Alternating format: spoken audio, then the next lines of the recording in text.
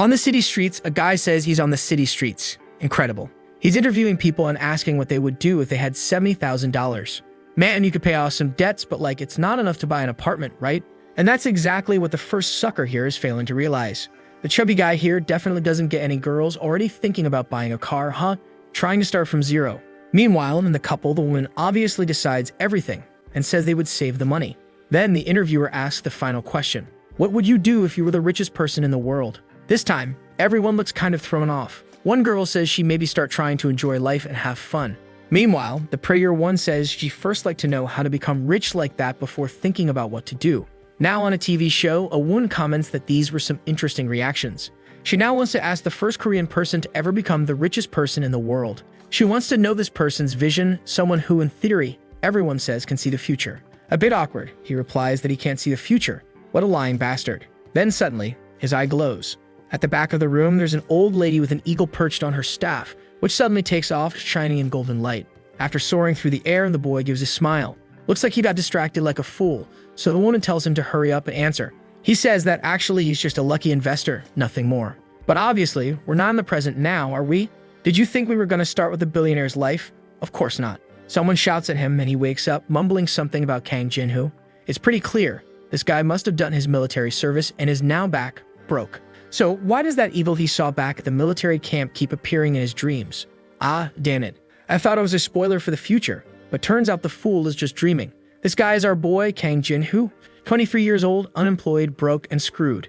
As you can see, he lives in what's basically a basement of his mom's house. But his life wasn't always like this. For a while, he had a father who ran some successful businesses and a mother who was as kind as a flower. He was basically living a dream. Guess that didn't explain much, huh? Dan father must have gone out to buy milk and never came back. Then he gets a call and goes to visit a friend. Man, look at this guy's action figures. That one right there? Mid-tier quality, congrats. Too bad it must cost a fortune, huh? I'll never own one of those. His glasses-wearing friend tells him to check out his badass collection. It's twice as big and way more colorful now. Kang, however, responds that this Dan collection has been huge since elementary school. There's no way he'd ever notice any difference.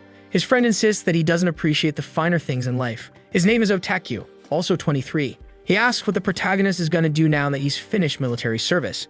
Kang replies that he's already graduated from college, so it's time to start working and make life easier for his mom. Taku raises his can, saying that he really is a good son. The protagonist thanks his friend, who apparently, last year on Christmas, had dinner with his mom so she wouldn't be alone, since our boy was stuck in the military. They keep talking about random things until Taku says he has something important to tell him. Then he reveals that he found the password to his bitcoins. Kang looks a bit confused, so the guy reminds him about a game called Rutnia. Apparently, a long time ago, when he used to play that game, he sold everything to buy bitcoins. But, well, he ended up losing access. Jinhoo is immediately shocked because he knows those bitcoins are worth a fortune nowadays. Taekyu explains that he usually doesn't clean his waifu shelf, but he decided to tidy up a bit, and that's when he found it. Our boy now wants to know how much was in there. His friend tells him the amount minus 1,120. Jinhoo assumes he's talking about the price of each bitcoin and asks if he really just made $840,000. That's when Taekyu explains that he wasn't talking about the value, he was talking about the quantity. He had 1,120 bitcoins. Jinhoo is completely stunned and starts doing the math. Math isn't his strong suit, and after 36 imaginary scenes of him thinking, he finally asks if his friend really just made almost $9 million. Man, what more could you even ask for? He's all flustered, asking if the guy is crazy. There's no way he actually got that much money. Taekyu admits that he also felt a bit confused. It's so much money that he doesn't even know how to feel about it. Meanwhile, the broke friend is already asking for 100 million won, but Taekyu refuses. He had already transferred all the money to an exchange because apparently Bitcoin was about to rise even more. Jinhoo immediately reacts. You bastard, you're such a stingy meme. If I had known you could make this much money with that, I would have taken the game more seriously. But then he suddenly remembers something. He grabs Taekyu, reminding him that back when his Rutnia character was sold, that damn friend had also sold his. He better hand over his share or he was a thief. Taekyu just shrugs and tells him to try remembering what percentage he had. As Jinhoo stops to think, suddenly he sees that same eagle staring at him from the other building. That confuses him. It's the same creature that appeared in his dreams. The bird flaps its wings, flies straight toward him, passes through the window, and soars over Jinhoo. Flames linger in the air and words begin to form. Taekyu notices his weird expression. Why do you look like that? Jinhoo asks if his friend knows anything about a company called Mountain Hill.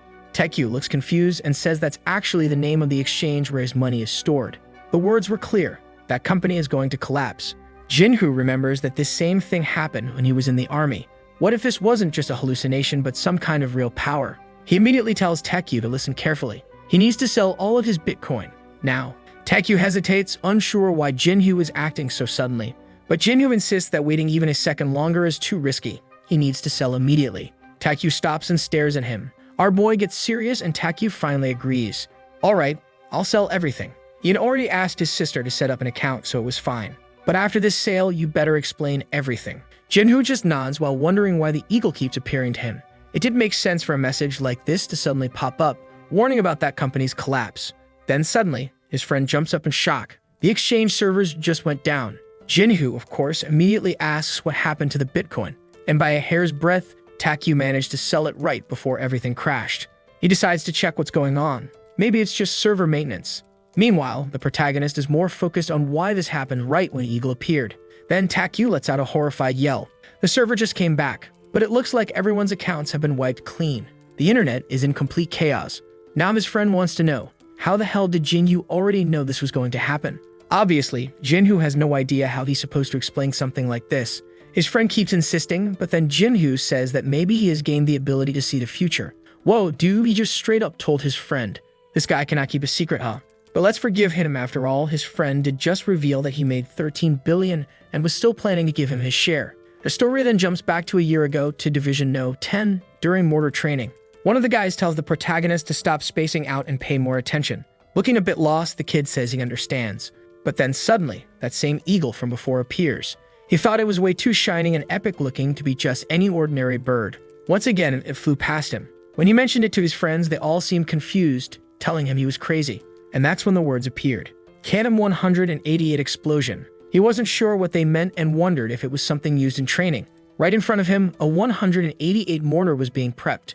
And before he could say anything was already fired. But it didn't seem to launch with much force. In that moment, Jinhu learned something. When humans experience imminent fear for their lives, they react before they even think. He immediately shouted for everyone to hit the ground, and the entire area was blasted to pieces. Back in the present, his friend says it's honestly a miracle that he made it out alive. Jinhu explains that some people died in that accident, but thanks to that premonition, he walked away unscathed. When he tried to tell people about it, everyone dismissed it as some kind of confusion or psychological trauma. This damn friend's name is Otaku, but I'm just gonna call him Otaku from now on. And the damn Otaku says that if it happened perfectly twice, it might as well be considered a superpower. Jinhu says it's a possibility, but how are they supposed to prove something like that? The Otaku, in his infinite wisdom, says that believing in things is all about mental fortitude. Even if a gorgeous elf girl materialized right in front of him right now, he'd still believe it. Jinhu tells him they should focus on something a bit more realistic. Like, for example, the 1.24 billion he's supposed to receive. He remembers that out of the 11,000 bitcoins his friend had, 1,000 were because of his character. So he better pay up his share or Jinhu was gonna burn all those action figures. The Otaku obviously says there's no problem giving him the money. The annoying part, of course, is the taxes. Jinhu immediately asks if this sleep bastard is setting up a tax haven. Are you sending the money to Arabia to avoid paying taxes to the Koreans? His friend is already panicking because Jinhu completely guessed his plan. And then our boy reveals, yeah, it's not like I majored in economics for nothing. The Otaku explains that his sister has been helping him figure out the rules. Apparently, in Korea, when it comes to Bitcoin, you have to pay way more in taxes. That's why he's setting up a company on an island called Delaware, the perfect place. The initials would be OTA. Guess what it stands for? Otaku. Incredible. He says it's the perfect name, and with this company and this money, he can live a very comfortable life. And not to worry, once everything is settled, he'll send over 1.24 billion. And just like that, on the same day that our boy finished military service, he got his money thanks to his loyal friend. But, at first he only took 500,000 won. The Otaku said it was way too early to celebrate, especially since Jinhu can't get all the money in one go. Even with the tax haven, once he transfers the money to Jinhu, the government takes 20%. At least now he got his first 500,000 and the other 740 million was safely stored. Jinhu was sitting there, totally at peace. If this is a dream, don't wake me up. Now the big question, what should he do with this money? First things first, tell his mom to work less, and maybe buy her some nice clothes. At the mall, he sees a group of people gathering around some kind of fight. As he gets closer, someone is yelling, saying they're going to report this to the owner and make her kneel down. A woman in a coat is yelling, saying she has no idea how expensive these shoes are for someone to just dirty them like that. The security guard in front of her just keeps apologizing. She turns to the woman behind her and demands that she kneel and apologize. Judging by Jinwoo's face, I bet $1 quadrillion that's his mom. Yep, next panel confirms it. Mom. And the other woman is furious, pointing at her shoe, saying she'll make her clean it as an apology. The guard is flustered, telling the janitor to say something. Jinwoo is confused. His mom always told him she worked at a call center. This pisses him off, and just as she starts kneeling, he shows up to save the day. What a legend. Saving your mom is way better than saving a waifu, for God's sake. He looks at the woman and asks why she's making such a big deal over something so minor, forcing someone to kneel over it. His mom looks away, a bit embarrassed. The woman, hands on her hips, asks if he's her son or something. The legend simply says, "Yeah, I am." But now mom flips the script. She denies it, saying she has no idea who this guy is. She is not his mother. Usually, it's the other way around, but the legend reversed the game. And then he asks if she really thought, even for a second, that he would ever be ashamed of her. The people around them are confused. Is she actually his mom? Jinwoo tells the annoying woman to hurry up and explain herself. She says this damn janitor touched her shoe with a mop. Everyone is recording now. Jinwoo asks if his whole mess is really because of that. The woman starts losing her anger and once again asks if he has any idea how much these shoes cost. But now she's talking to a real one. He casually pulls out 600,000 won and tells her to disappear. But if she wants the money, she'll have to apologize to his mother. If she'd rather leave empty-handed, she's free to go. People around them are whispering. Taking the money now would be humiliating. Jinwoo smirks. If she wants, he can throw the money on the floor so she can crawl for it. Completely flustered, the woman mutters an apology while scanning the crowd to see who's recording. The second she finishes speaking, she snatches the money from his hand and starts counting. Jinwoo calls for her manager. He tells her she better leave barefoot because he just bought the shoes off her feet. If she refuses, he'll report her for theft. She freezes, her face completely warped with shock. Jinwoo ignores her and starts walking away with his mom. The woman keeps complaining, telling him to stop being so stingy. After all, he's not even going to wear them. He shrugs. Of course not. I'm just going to take them home and throw them in the trash. She starts screaming. A fight breaks out. Next thing we know, they're outside. His mom tells him he should go back and make peace with everyone. She tries to insist, but he just hugs her, telling her everything is fine now. He's more concerned about why she's lost so much weight. She thinks he feels sorry for her because of work and says that this was just a one-time thing. Jinwoo tells her she doesn't need to worry. From now on, she won't have to work in a place like this anymore. He'll take care of everything. She looks so happy, saying he's grown up so much. They start talking about money. So son, where did you get your money? Oh, I sold a game account with my friend, Otaku. Right at that moment, his phone rings. A plane is landing. A badass woman steps out. That's Otaku's sister. At the hotel, nobody's acting pure. Everyone is staring. A car covered in Otaku stickers pulls up. Obviously, it's Jinwoo and the legend himself, Otaku. They're here to pick up his sister from the airport. Walking through the hotel, his friend comments that the kid is bold for driving a car like that. That's when someone nearby clears their throat. Buttle Hyunju, the badass, in the tight skirt. She greets both of them, saying it's nice to see the protagonist too, who's standing there asking how she's doing. At a cafe, she asks if he finished his military service, and he says yes. She then comments that he should work at Golden Gate with her. Jinwoo replies that if an international company like that would accept him, he'd be there, in a heartbeat. He then notices she's a bit quiet and asks if something's bothering her. Hyunju turns to Otaku and asks what happened to the money. Because, well, she heard that the company where it was stored went bankrupt. The bastard smirks and says that luckily he managed to sell everything just in time. She looks a little surprised and he confirms, saying he even transferred it all to his company's account. She thinks for a second, then sighs in relief. Thank God everything worked out. Jinwoo figures she had that worried look because she thought her idiot brother lost 11 billion won. She then pulls out a piece of paper and places it on the table. It's the contact for the guy who handles Golden Gate's financial transfers. She explains that if they ever need to bring a large amount of money into the country, they can contact him and he'll take care of it. Suddenly though, Hyunju asks why he sold everything at once when the original plan was to sell it little by little. Jinwoo shrugs and says he just felt like it would be better to sell everything immediately. Then he asks if she missed him. She flatly denies it, saying she has company business to handle and will be in town for 10 days. Their relationship obviously isn't the best, because to him, that sounds way too long. She notices his reaction and reassures him, saying she's staying at this hotel, so he doesn't have to worry. And of course, the company is covering all the expenses. Damn, good companies really are different. As she stands up to leave, she waves goodbye, saying she has things to take care of. Hyunju, poor thing, sits there muttering that her sister always scares him. Just then, she gets a call. It looks like there's going to be a meeting with a company called OPEC. Otaku seems to know they deal with oil and that kind of stuff. And then, suddenly, Jinwoo's eyes activate. The evil appears again, soaring above him. He's getting used to this and is already wondering what the message will be this time. A vision appears. OPEC is about to cut production costs. Kanju notices his blank stare and asks if he's okay. Jinju snaps back and says he just got distracted for a second. She then asks him to always keep an eye on Otaku, because she knows her brother is useless. He laughs and then asks what this meeting is about. She explains that they're discussing production cost cuts. Otaku, just like the rest of us, has no clue what that means. So she explains that in financial markets, people rely on stocks and other assets. But for physical companies like OPEC, all their money is in oil and gold. The United States, even though it's one of the biggest oil producers, uses a ton of oil for wars and ends up needing more than it produces. But with the arrival of shale gas, everything changed, and now the US is exporting oil too. Now the problem is how this will affect the market. If the oil barrels sold in Korea drop below $50 each, tons of companies will go bankrupt. That's why this meeting is happening, to figure out how to cut costs and survive. Right now, a barrel costs $60, and they're already struggling. Jinyu asks what happens if they reach an agreement. She explains that if that happens, oil prices will skyrocket and everyone will be happy. Well, except for regular people. The only ones who will be happy are those damn billionaires. She then asks why he's suddenly so curious. Jinhu shrugs. No reason. I just thought it'd be cool if something like that happened. She says she agrees, but the forecasts were indicating something else. Sometime later, stuck in traffic in Otaku's car, Jinhu wonders why that message appeared this time. If he has this advantage of knowing that oil prices will rise, he could buy a ton of barrels now and sell them later. Of course, it sounds crazy. But then again, he predicted the mortar explosion and also Mountain Hill's collapse. The problem this time is how much to invest. He already set aside 100 million won for his mom, leaving him with 275,000 won to spend.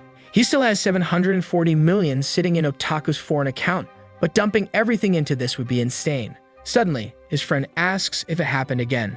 Jinhu notices Takyu looking up like an idiot, so he's sure something must have tipped him off. Jinhu just sighs. Damn it, this bastard notices way too much. Otaku presses him to spill what he saw. That's when Jinhu gets an idea. Some time passes and he explains everything. Now Otaku knows that Jinyu is trying to buy oil barrels to resell. Back home, they start researching prices and see that barrels currently cost $60 each. Right now, Otaku has 12 million won to invest, and our boy only has 600,000, and he's already eager to buy, saying they just need to figure out where to send the money. Apparently, the exchange happens through New York. It's all online, obviously, but only Americans can sell directly. Or actually, are they buying from an American? Jinhu's confused too. He says he wants to spend 300,000. Otaku scoffs, saying he's being modest. He's planning to drop 10 million. Jinyu instantly calls him crazy. You've lost your damn mind. Otaku then asks if 5 million sounds better. Jinhu tries to warn his friend that nothing is guaranteed. His ability isn't confirmed to be a perfect prediction. Takyu, however, insists. He doesn't bet less than 3 million. It's that or nothing. Jinhu gives up trying to convince him otherwise. Thinking about it, the barrel price has already dropped quite a bit. Even if the contract doesn't go as planned, he could still sell at a small loss. But investing 3.3 billion won is terrifying, especially since the reason for investing is still uncertain. But hey, fortune favors the bold. Jinhu starts clicking away, and just like that, he buys everything. Now, all they have to do is wait for the OPEC meeting. By some luck, Jinhu manages to rent an apartment for $80,000. Korean rent works differently, apparently. Seems like you pay for the whole year up front, or maybe even for life because $80,000. What the hell? At least the place looks nicer than expected. His mom is thrilled, saying that now with 2 bedrooms and a higher floor, they can see the sunrise. She's sentimental about it, but for Jinhu, just hearing her say that makes everything worth it. While unpacking, his mom suddenly goes silent. She's holding something from the boxes. They're things that belong to his father. As their homes got smaller and smaller over the years, there was less space to keep these items displayed. Now I feel bad. I joked about the dad going out for milk, but looks like the poor guy got Ice Kid instead. A photo of a house. One that his father worked hard to build for them. But after he died, they had no money left. They probably sold it. Watching his mom hold the picture, Jinhu asks if she still thinks about his dad a lot. She says, of course. He worked so hard just to die like that. If only he had lived a little longer, he could have seen days like this. Jinhu looks at the photo too. His mom starts crying. She suddenly gets up and tells him to finish setting up his room, because she wants to rest for a bit. Looking around the kitchen, Jinhu realizes they need new furniture and appliances. As soon as he sees his mom carrying the box, Jinhu tells her to stop working so much. He'll take care of it. That's when he hands her a card with 100 million won in the account. Bet's like 56 cents, huh? Damn, Korean currency is worth nothing. Just kidding. That card actually has $70,000, which is a lot. And his mom immediately starts smacking him. telling him he better not be handing out money to everyone. She reassures him that she's already saved up a lot, so he doesn't need to worry about her. But he insists, telling her to think of this money as him just taking care of her. After paying for the apartment, giving money to his mom, and handling everything else, he's left with 275 million won in his account. In theory, he wouldn't need to worry about working for the next 20 years. But obviously, our investor isn't going to be satisfied with just that. Sometime later, Otaku arrives at the house carrying a bunch of stuff. Looks like he brought jjamyeon, that Korean black bean noodle dish. But dude brought bishihitis. What the hell? Is he feeding a bear? Oh wait, those bags are actually toilet paper. Jinyu is completely lost as to why this idiot brought that as a housewarming gift. Otaku asks what he wanted instead. Jinyu tells him he could have brought a TV, a fridge, something you see fuel. At dinner, they talk about that bankrupt company from earlier. Obviously, it was a disaster. Everyone got screwed. The bitcoins of anyone who invested, poof, gone. The bastards declared bankruptcy, but they're being hunted down by the police and the banks. Otaku says that the fact that Jinhu predicted it at the perfect time was insane. Jinhu shrugs, saying it was just a coincidence. But Otaku insists, saying that nothing happens by chance. And he has a theory. Jinhu wants to know what it is. Otaku says his power only activates during crisis. That's how heroes are born, so be sure it has something to do with that. He slams his hand on the table and declares that Jinhu has an incredible oracle eye. Jinhu just stares at him. His friend of his really has a mental problem. He tells him to stop worrying about naming the power and focus on the OPEC meeting. Because so far, everything has gone well. But if this time things go wrong, they'll lose a shitload of money. Otaku stays chill, saying, nah, it's fine. You have the oracle eye. The next day, he shows up at Jinhu's place, because the results are coming out. Jinhu feels like he's trapped in some eternal suspense scene, because the results just won't come. Since the start of the meeting, prices had already dropped 3%. That means $70,000 went straight into the abyss. Jinhu asks if Otaku is still calm about this. Otaku confidently says he isn't scared, because he trusts the oracle eye. To distract himself, Jinhu decides to play a video game with him. But the damn nerd only plays dating simulators with hot and girls. Meanwhile, money keeps dropping, but Jinhu tries to stay stoic. It doesn't matter. Losing that money wouldn't ruin his life. It's not like $100,000 less would have let him retire anyway. But at the same time, it's scary to think that if he loses it all, he'll have to go back to working terrible jobs. He dozes off and wakes up to Otaku screaming. The OPEC results are out.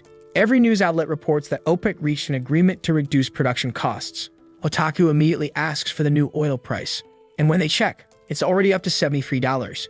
Within minutes of the announcement, prices had shot up by 20%. Jinhu instantly tells Otaku to check the account. And besides that, they should sell now, because he has no premonition of what happens next. Otaku obeys immediately. Sometime later, they're calculating their profits. Damn, when you've got a money cheat code, life is easy. The bastards made $630,000. Jinhu just sits there, hands on his head, looking like a complete idiot. But since our boy invested way less, he's only walking away with $60,000. What an unfair world. Otaku, on the other hand, says that if he had invested the full 10 million, he would have made a fortune. But that doesn't even matter compared to one important fact. This was the third time. Luck might have helped once or twice, but third time? That's certainty. Jinhu's ability to see the future was real and accurate. Jinhu sits there, feeling like a fool, wondering if he really has a hero-level power like in the movies. Normally, when someone gets a special ability, you imagine a strong guy running around kicking ass, punching people, and taking down villains. But in a modern world without violence, any hero with physical strength is useless. Machines can do all of that. The ability to see the future, though, that was something untouchable. Not even the most powerful computers in the world could come close to something like this. Otaku immediately wants to know if he can predict everything, from sports results to accidents. If his ability actually worked like that, it would be insane. But Jinhu just wants to figure out when this all started and why it happens. As much as he's a damn idiot, Otaku has a point. It all started with a mortar accident, when he was about to die, which proves his ability only activates in emergencies. Obviously, the bastard is already thinking about using this as a safety net. Like if he's about to lose everything, maybe the little eagle will show up to save him. The goal now is to figure out why it appeared the first time and how to make it appear again. While discussing this, Otaku mentions that the first time it appeared was with Bitcoin, and the second time was while talking to his sister. Considering those two cases, maybe his power only works for financial situations. Jinhu finds that odd because of the mortar situation. Otaku suggests that maybe there's one small exception, life or death situations. Then suddenly, his friend spins around in his chair and asks what happened after that accident. Jinhu explains that it turned into a huge scandal because the mortar malfunction was caused by corruption and low-quality materials. Obviously, the companies that provided the materials lost massive value in the stock market. Otaku points out that, in a way, it wasn't just about his life. It was also financial. Jinhoo agrees. It makes sense. After all, in this world, everything is directly or indirectly related to money. Sometime later, Otaku makes the offer they both knew was coming. Jinhoo would use his power to see the future, and Otaku would provide all the investment money they needed. Jinhoo thinks it's a solid deal. After all, investing 600,000 won is nothing compared to 10 million. Not to mention, he has no idea how long his ability will last. For all he knows, this could be the last time it ever activates. And since Otaku is willing to take all the losses, while still splitting the profit, if the investment fails, Jinhoo owes nothing. The offer is almost too good. Jinhoo starts wondering if this contract is even fair. It doesn't sound bad, but realistically, there's one big problem. Even if his power is real, there's no guarantee that what he sees is 100% accurate. Jinhoo is coming up with a bunch of excuses, but Otaku, high on greed, doesn't care. He just tells him to shut up. All he cares about is, if his power is real, then they have the perfect chance to get insanely rich. He has 13 billion won to invest. Together, they can make ridiculous amounts of money. All Jinhoo has to do is shake his hand, and together, they'll dive into the world of investing. Jinhoo hesitates, then asks, "And what if I don't shake your ugly ass hand?" Otaku's hands starts glowing. He dramatically declares, "Then we will never see each other again. Now come, my friend. Join me in the world of the rich." Jinhoo is literally shaking, when suddenly, his phone rings. It's someone named Minyoung, inviting him for drinks in Hongdae. Jinhoo replies, "If Kyung's gonna be there, I'm definitely coming." Then immediately says goodbye to Otaku. "Got new plans? Be back later. Guarantee it's some hot chick, huh?" Dune abandoned poor Otaku in the room in under 15 seconds. Arriving at the bar, some guys immediately call out to him, Sergeant Kang. Jinhoo greets his friend, saying he's just a reserve now. And right away, his friend introduces the real reason he showed up in 16 seconds. The only way this future-seeing investor could ever end up broke is sitting right in front of him. Her name? Shin Yuri. On the right. On the left, Hwang Jive. Another walking danger. Was Jinhoo safe? Not anymore. He's already reaching for a drink. Looks like Jinhoo is looking for someone named Kyung, but his friend says he'll be late. The guy then asks if Jinhoo is going back to college next year, since Jinhoo says he's thinking about it. Now that he's paid for the house and has no money problems, maybe graduating quickly would be the best move. Shin Yuri stands up, raising her glass. "It's an honor to serve you, senior." All elegant, she takes a sip, the little show-off artist. She again raises her glass again when Jinhoo compliments her drinking skills. That's when someone else enters the bar. Jung Ki-hyun. Looks like he's Jinhoo's senior from the military or something. Jinhoo wants the girl in the group to serve the guy, while they talk about work and business. His friend mentions 4 companies merging into one giant corporation. The problem? When 4 companies merge, they don't keep all their employees. Some people are getting left behind. Jinhoo asks what this dumbass will do if he gets fired. He says he's already interested in investments. Several bottles later, the guy claims, "There's no such thing as a good investor in this country. There are only good entrepreneurs. But they need someone brave and with capital to start making real moves in the city." And meanwhile, Yuri is taking a picture under the table. Is she recording? Didn't I say this girl was dangerous? The clueless guy sitting next to her finally asks, "What the hell are you doing?" All innocent, she explains. She was supposed to go out with a friend, but since she's here instead, she's now calling that friend over. And when she says the name, Siona, the whole bar freezes. Jinhoo starts sweating cold. Either this girl is dangerous as hell, or something happened. But it's too late to say no. She's already walking in. If you ask me, Yuri is more dangerous. This girl in the short black skirt isn't as bad. I mean, not that she's bad, just not as much. Jinhoo is sitting there, looking like a fool, sweating bullets. She recognizes him immediately. Kang Jinhoo? Damn. First time seeing each other since they broke up. This is the ex. So our guy isn't a broke loser like us, huh? Bastard already had a girlfriend before the manhwa even started. Damn him. A few seconds later, it's just the two of them at the table. She mentions it's been 2 years since they last saw each other. Jinhoo confirms, saying he's doing well. Then asks if she's happy with that senior guy. She says yes, they are. Looks like she's dating Go Junhyung now. Our boy lost to the Gucci King. Honestly, the guy looks more like her brother than her boyfriend. But whatever. Guess what? Jinhoo got dumped. His bastard is the 3rd son of a rich corporate tycoon. And right after she and Jinhoo broke up and he went to the military, she started dating him. Now Jinhoo is just staring at her, looking like an absolute idiot. She then says he's changed a lot. She used to think he was a bit plain. Damn. So she was even worse before? Our boy really got her during the bad phase. She apologizes for breaking up with him when his life got hard. Jinhoo simply says, "It's fine. It's in the past." And now, she getting all soft, biting her red lips, giving him that look. She says, "Since the beginning, I always liked you a lot." Jinhoo doesn't like that. She hasn't even made a sad face yet, and he already wants to know what she means by that. She answers, "It might sound weird, but I'd always liked you." She says it's because he radiates confidence, and that's what she always loved about him. Jinhoo then asks, "Then why did you break up with me?" She just shrugs. "Obviously, I took the opportunity when it came. The opportunity to date a rich guy." Yeah, exactly. She even says it outright like it's nothing to hide. She adds that she couldn't miss her chance to achieve her dreams. Her dream apparently is to marry rich. Obviously, Jinhoo wants to know what the hell she means by that. Now she's frozen, awkward as hell, realizing she just messed up. She gets up all weird and stiff, saying she's leaving. But Jinhoo isn't letting this go. "What do you mean by your dream?" She just looks at him once, then walks away, thinking to herself that her dream is to be successful. Meanwhile, Jinhoo just sits there, slumped in his chair like a piece of trash. 2 years ago, before his father's funeral even happened, their house was already taken away. All of his relatives turned their backs on him, and Siona broke up with him. Before he even had time to grieve, he was shipped off the military. Meanwhile, his mother was left alone to work and survive. Man, that was a brutal hit. Not many people could have survived that. But recently, everything changed. His investments paid off, and his first big success was in oil trading. Now he's sitting there, full of himself, wondering, what exactly is success, huh? Right at that moment, the eagle appears in front of him. Jinhoo even jokes, "You here for a drink too, little guy?"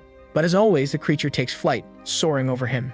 And when he sees the message, his eyes light up. "So, this is my future?" And of course, the damn author won't tell us what it says. But judging by his reaction, it's good news. Next thing we know, he's at Otaku's house, waking him up, yelling about something important. His friend groggily asks what he wants. Jinhoo, all hyped up, says, "I want success." No way. There's no way he's still hung up on that boring-ass Siona. Shin Yuri is 10 times better. The real queen. Morning hits, and the hangover kicks in. That's why they say, drinking is stealing happiness from your future self. Don't drink, kids. Otaku, being a true friend, already ordered him a burger to help him recover. My god, is this an American diet? Obviously, Otaku wants to know what happened last night. Jinhoo just shrugs. I don't remember. Now is he lying, or was he actually so drunk he forgot?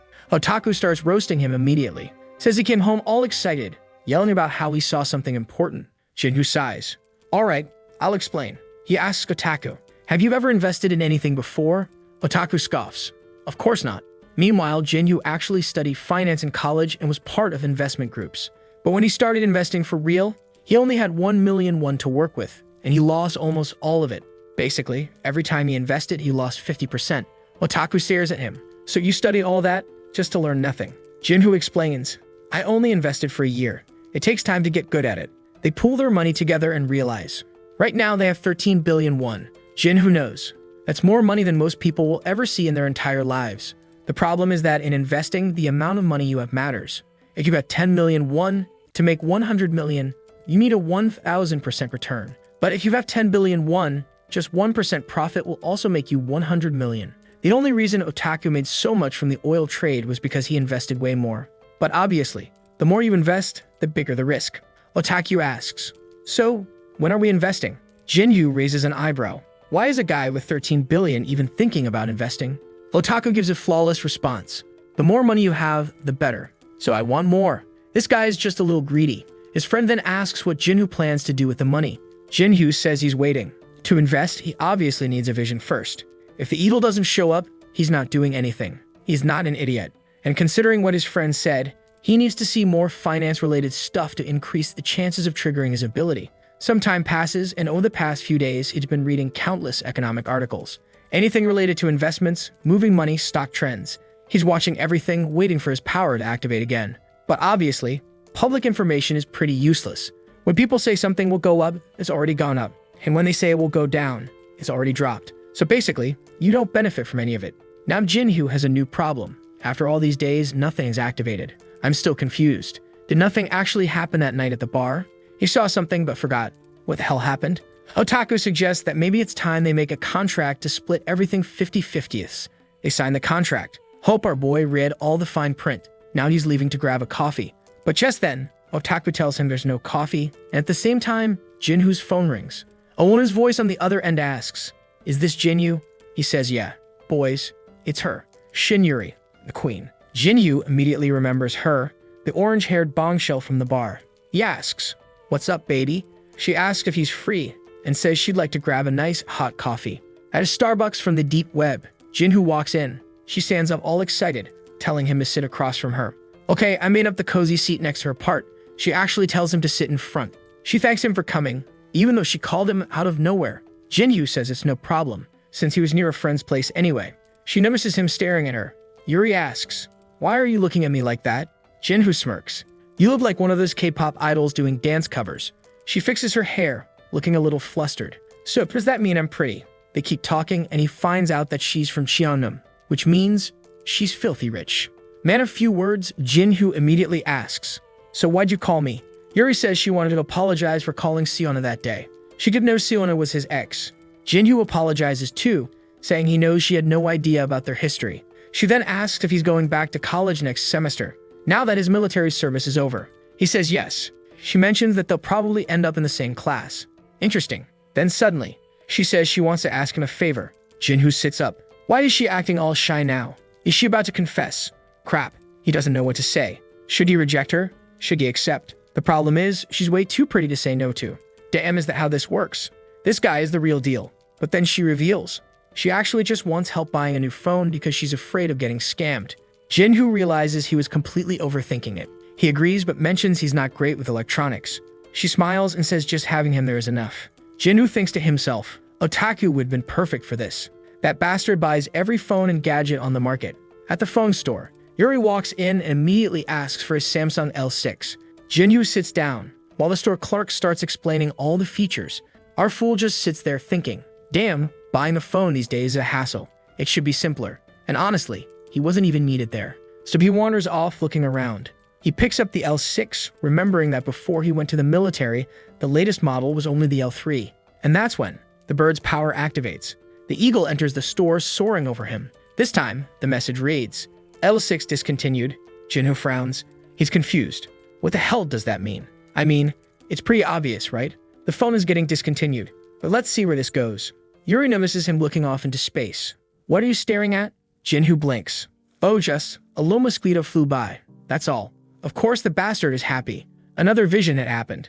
On the way home, Yuri mentions that she thought about getting the gold one, but she liked the blue and chose that instead. Jinhoo casually agrees. Yeah, it looks nice. But it's gonna be discontinued soon. She frowns. Huh. Jinhoo freezes. He was thinking about it so much that he accidentally said it out loud. Trying to cover it, he suddenly says he has to go because he's got some business to take care of. Waves goodbye and dips. Yuri watches him leave, thinking he's leaving way too soon. She sighs, wishing she could have at least treated him to a meal for helping her out. Meanwhile, at Otaku's house, Jinhoo bursts in, yelling his friend's name. T-A-K-Q-U. They set AMCO in jail 6. Otaku pulls out his phone. Jinhoo points. That thing is getting discontinued. Otaku is confused as hell. Why? Of course, Jinhoo has no idea. Samsung has tons of phone models, and this one is one of their best sellers. But when it comes to premium models, it still loses to Apple. Apple hasn't even bitten the damn apple yet. Recently, Samsung has been dominating the market, thanks to the L5 and L6. The L5 sold 50 million units, and the L6 is expected to hit 70 million. Taku says it's one of the biggest global successes, so why the hell would they discontinue it? He wonders if it might be a patent dispute since a single phone has over 200,000 patents involved. Jinhoo doesn't think so. Even if Samsung loses a patent battle, they can just pay the fees or buy another license. Besides, Samsung has been making phones since the 2000s. It's not like they don't own most of their own patents. Now they need to figure out why the L6 will be discontinued and when it will happen. Jinhoo asks Otaku, what kind of news could cause something like this? Otaku explains, it's tough. Usually, if there's an issue, the company just pays for damages. Phones have problems all the time. They can't just cancel an entire model because of 1 or 2 defects. They sit there thinking. Time passes. That night, Otaku suddenly lets out a scream. What the hell? Lying in bed, he stares at his phone. It exploded. He was playing games, left it charging beside him, and now the thing is burning up, which is insane since he bought it just a week ago. It's basically a time bomb. Instantly, both of them realize. This is why the L6 will be discontinued. The next morning, 3 days since the phone launched and reports are already spreading about L6 units exploding. Samsung is downplaying it as always. Technically, 1 phone in a million exploding is considered normal. But in this case, 1 in 10,000 is blowing up. That's way too frequent. Yet strangely, sales don't seem to be affected yet. Otaku is just happy they finally understood why Jinhoo's vision happened. But Jinhoo has a different question. How do we make money off this? This is way more complicated than buying oil barrels or pulling cash out of an account. They'll need to watch for a few days to figure out the best move. The next day, a Samsung rep shows up and replaces Otaku's phone. But there's a catch. To get a replacement, customers aren't allowed to post about it online. Oh, those sneaky bastards. They're silencing the public. But our duo quickly realizes the Samsung rep wasn't even surprised to see Otaku's phone in that condition. Meaning, this is happening a lot. Phones are something people keep extremely close to them. If a phone isn't safe or is literally exploding, that's game over for the product. No way Samsung can keep producing it, which means they're about to take a massive financial hit, especially if they have to refund all the sales. Now Jinhu needs to figure out, how do they take advantage of this? Otaku tries to explain. Okay, this is tricky, but here's how it works. You borrow stocks from a company, sell them at the current high price, let's say 100,000 won per share. Then when the price drops, you buy back the same amount of shares for way less money. You return the shares, but you keep the extra cash. That's called short selling. Jinhu listens, but he's already thinking ahead. Now they just need to find the right moment to strike. Since the calculation is based on the number of shares and not the amount of money, does that make sense? If not, just sell to get rich. But they'd need to invest a lot. Otaku is already ready to throw in 4 million. But Jinhu insists, trying to find another way to make even more profit. This seems like it's similar to binary auctions in Korea or something. And there's no way they're going to ask Otaku's sister for help. She would never let them risk 13 billion on something this uncertain. But Otaku says not to worry. He knows a guy, a former president of their investment club. Some people say he's a weirdo. Others say he's a genius. There are two kinds of geniuses in the world. The badasses who are good at everything, and the weirdos who are good at just one thing, but no one cares about them. And obviously, this guy grew up in Australia, moved to Korea later in life, and was a math prodigy. In the middle of everything, he got involved in investments and got completely addicted. Since he was insanely good with numbers, he became a beast at investing. One of his first investments, he put in 500,000 won and walked away with 5 million. Obviously, like any good investor, he lost sometimes. But if you look at the big picture, he was still making money. Even though he started with just 500,000 won. By the time Jinhu met him, he already had 300 million to invest. The only problem? He had no real capital. If he had started with way more money, he'd have 6 billion by now. Then his lucky streak ended. Some chemical battery company. Looked a lot like LG's logo, huh? LC. Yeah, probably them. He thought his stock was undervalued and would double, but then an accident happened. His entire fortune went up in flames. Broke. Or not, because this madman was fearless and kept holding on to his shares. He refused to sell. He was convinced everything would recover. But in the end, it didn't. He really went bankrupt. Completely screwed. And all because he was messing around with binary options from some one-egg guru. If he had actually bought the stock, none of this would have happened. At a restaurant, here he is, the great investor. Looks exhausted, like he hasn't left the house in weeks, probably watches anime all day. This guy looks like me. Jinhu introduces Otaku and asks how he's been, since he dropped out of college after his financial meltdown. Sangyep says he's been driving for Uber and just trying to survive. After losing everything and working as a driver, he finally understood. Even 101 has value. Jinhu gets weirdly emotional. This guy is an inspiration. He suffered, lost everything, but never gave up. Sangyep asks why Jinhu called him out here. Jinhu explains, he's interested in creating an account for futures trading. Basically, with futures trading, you say, in 5 days, I'll buy this stock for 5,000 won. The seller agrees. No matter what happens to the price, you have to pay 5,000 and he has to sell it to you. If the price goes up to 10,000, you get a great deal. If it drops to 5,1, you're paying 5,000 for something worthless. That's why it's called futures trading. You buy in the future. Unlike regular stocks where you sell at the market price. If the stock drops, you sell for less. If it rises, you sell for profit. They spend a while calculating things. Well, we already get the idea. Jinhu does some math and finds out. If everything goes right, he could make 900 billion. Obviously, Sangyep immediately calls him insane. That's never gonna happen. Everything usually goes wrong. This guy is a realist. But really, this is what happens to people who buy online courses. He had 300 million in his account. Now he's driving Uber for 100 bucks a day. This is why courses ruin lives. Sangyep immediately dismisses Jinhu's theory. The L6 just launched. It's a massive success. But Jinhu just smirks. It's gonna be discontinued. Sangyep instantly guesses it's because of the explosions. But he says, that won't be enough. To cover himself, Jinhu plays it safe. It's a possibility, but you can never be 100% sure. Sangyep warns him, be careful. You could end up like me, broke, screwed, and miserable. With that, he waves goodbye. Now Jinhu has everything he needs to move. The decision is clear. Buy high and rake in a fortune. Or buy when it starts dropping and profit a little. He's sure that the price will drop by at least 10%. Since it jumped 10% with the L6 launch, they'll probably drop at least 20%. Some news outlets are starting to report about the L6 explosions, and these two maniacs are already pulling up their investment screens, getting ready to spend big. Jinhu slams the enter key. Not sure how much they invested, but there's only 800 million left in the account. If they really put in all 12 billion, these guys are insane. Jinhu doesn't feel so brave now, sitting there practically shitting himself. And then the worst happens. The next day, Samsung's stock goes oop by 8%, and his futures bet? Absolute disaster. He's about to lose everything. Jinhu is just sipping his drink, already noticing that Otaku isn't looking too happy either. Looks like Samsung is successfully covering up the explosions, handling replacements insanely fast. But is he still confident? Not so much. Because, well, the eagle gave him the vision. Park asks if Samsung will announce the discontinuation tomorrow. Jinhu just shrugs. I hope so. Next day, Samsung's CEO takes the stage. Obviously, he addresses the battery issue, says they'll be replacing them, and apologizes to everyone. But then, the problem.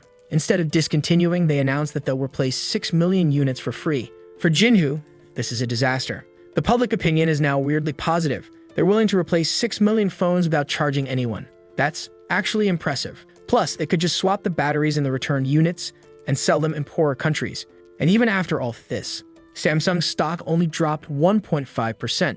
This damn company just proved how meticulous the giants of the industry really are. Otaku is pacing around the room, devastated. Of the 12 billion they had, 6 billion was already gone. And now Jinhu's unfair contract is weighing on his mind. No, he's making his friend lose 6 billion, since his own share of the investment was much smaller. Now he's questioning his power. Did he misread the vision? Why is everything happening like this? That night, Jinhu lies in bed thinking, with 6 billion, someone could live a luxurious life forever. Even spending 100 million per month would be more than enough. But they lost all of that in a single day. Now to recover from a 50% loss, they need to make 100% profit. If the situation doesn't change before their futures bet expires, the billions will vanish. Jinhu is being suffocated by his own fear. And Otaku? He can't sleep either. They both wake up in the middle of the night and go out for drinks. Might as well get used to being broke. They're already cosplaying as homeless men, preparing for the depressing future ahead. And of course the classic drama begins. I told you shouldn't have invested. No, I believe in your power. But time passes. Samsung keeps recovering the phones. Both new buyers and those getting replacements are actually satisfied. And Samsung's stock keeps climbing. Of the 13 billion they originally had, only 3.6 billion remains. Luckily, they invested some in normal stocks. Otherwise, they'd be fully bankrupt. Otaku leans against the window, waving goodbye to the 13 billion. Fly away, my beautiful money. Jinhu realizes this isn't even comfortable for him anymore. He's already lost 600 million in this mess. And now only 1 week remains before their futures contract expires. If nothing happens, it's truly over. He remembers Sangyop warning him, don't invest in this. You'll end up broke like me. Jinhu buries his face in his hands. Did he misunderstand the vision? Or did he analyze it incorrectly? Then, the scene changes. A plane. A man is using a fire extinguisher on the floor. Nearby, a woman is covered in blood. Looks like a Samsung bomb exploded on her head. Oh my god. But wait, it was just a dream. Damn it, I hate when this happens. You can't just show me a scene like that and then say, haha, just kidding, dream sequence. But Jinhu is clutching his head. His eye is glowing. And now, he has a headache. Oh, so it's actually a vision. The plane ticket on the floor reads December 9. There are 4 days left. Jinhu immediately tells Otaku, that's how long we have before everything unfolds. If his power is real, they have nothing to worry about anymore. But Otaku checks Samsung's stock. Everything still looks normal. But Jinhu, poetically dramatic, mutters, nothing is over until everything is over. And then, more reports come in. Some Samsung batteries are exploding again. A contact point inside the phone is causing fires. Boom, the news hits. A Samsung phone exploded mid-flight, injuring a passenger. Oh hell no. No one wants to board a plane with a bomb. Me neither. And just like FAT, the L6 is officially banned for being taken aboard flights. That morning, the stock market opens. Samsung's shares drop 10%. The experts, of course, immediately say, this is the perfect time to buy more Samsung stock. But Jinhu, hell no. Let them buy it. Meanwhile, at Samsung's executive meeting, the vice president enters, M. Jinyong.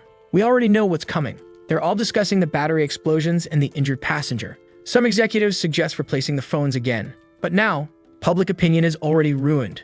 The so-called strategist suggests, we should do another recall. Everyone in the room agrees that buying time is the priority. The problem for the vice president is how to do that without losing public trust. Everyone in the room knows there are methods, but no one has the guts to suggest them. He wonders, what would his father do? The man who built this company from the ground up, who then passed it to his father, who then passed it to him because he was sick. Weakest nepotism in Korea. He looks around the room, then notices a model ship on the table. It reminds him of what his grandfather once taught him. The paradox of the ship of Theseus. A piece of wood falls off, you replace it. Another piece falls, you replace it again. After 1,000 years, not a single original piece remains.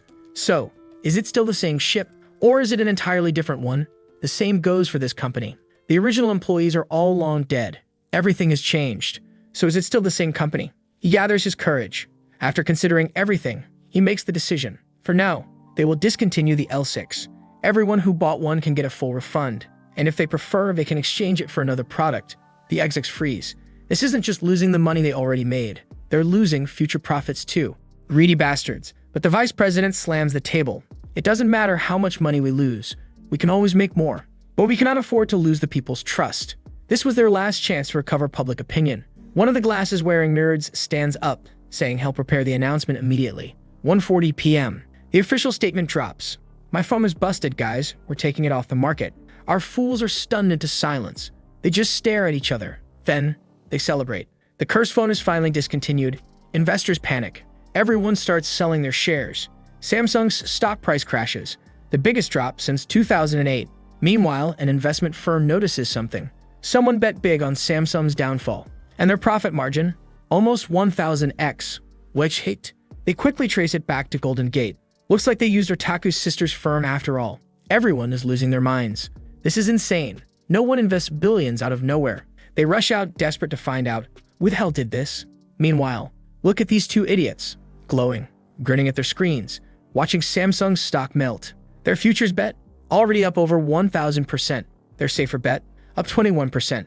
They just stare at the computer, silent. The numbers keep rising. 3,800% profit? Bro, can they buy Korea at this point? And then, they completely lose it. Screaming, throwing everything in the air. Pure chaos. In the world of investments, one person's gain is another's loss. This time, the world's disaster became their blessing. Their money has now grown to 685 billion won. That's about $470 million. Damn. And to think Elon Musk has like 800 times this amount. Bastard. But whatever. These two are now multi-billionaires. And obviously, they cash out immediately. No risks. No waiting. Otaku just stares at his tablet, watching the insane numbers. Shinhu nods. Yeah, I didn't even know numbers could have this many zeros. Otaku reminds him. Since their contract says they split profits 50/50ths, Jinhu's cut is 336 billion won. That's enough to build a skyscraper out of cash. Jinhu just sits there, dazed, still trying to process it. How the hell does he have this much money? What the hell is he even supposed to do with this much? A few days ago, they were terrified of losing everything. Now, the opposite happened. Jinhu was grateful to see that Otaku didn't abandon him when things went south. And now that they won big, he's splitting the profit equally. Finding people like this is rare. How sweet. His whole experience taught him something. The true power of seeing the future. One tiny piece of information, a phone getting discontinued, changed everything. But what if he saw something bigger? A financial crisis? A war? A natural disaster?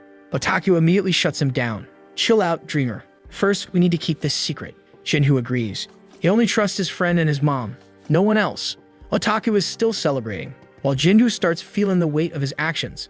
Samsung is one of Korea's biggest companies. Their loss was basically the nation's loss. Meanwhile, Chinese and American tech stocks are booming because everyone is pulling their money out of Samsung. Otaku tells him, cheer up, we didn't cause this. We just bet on the future. There's nothing to feel guilty about. And you know what?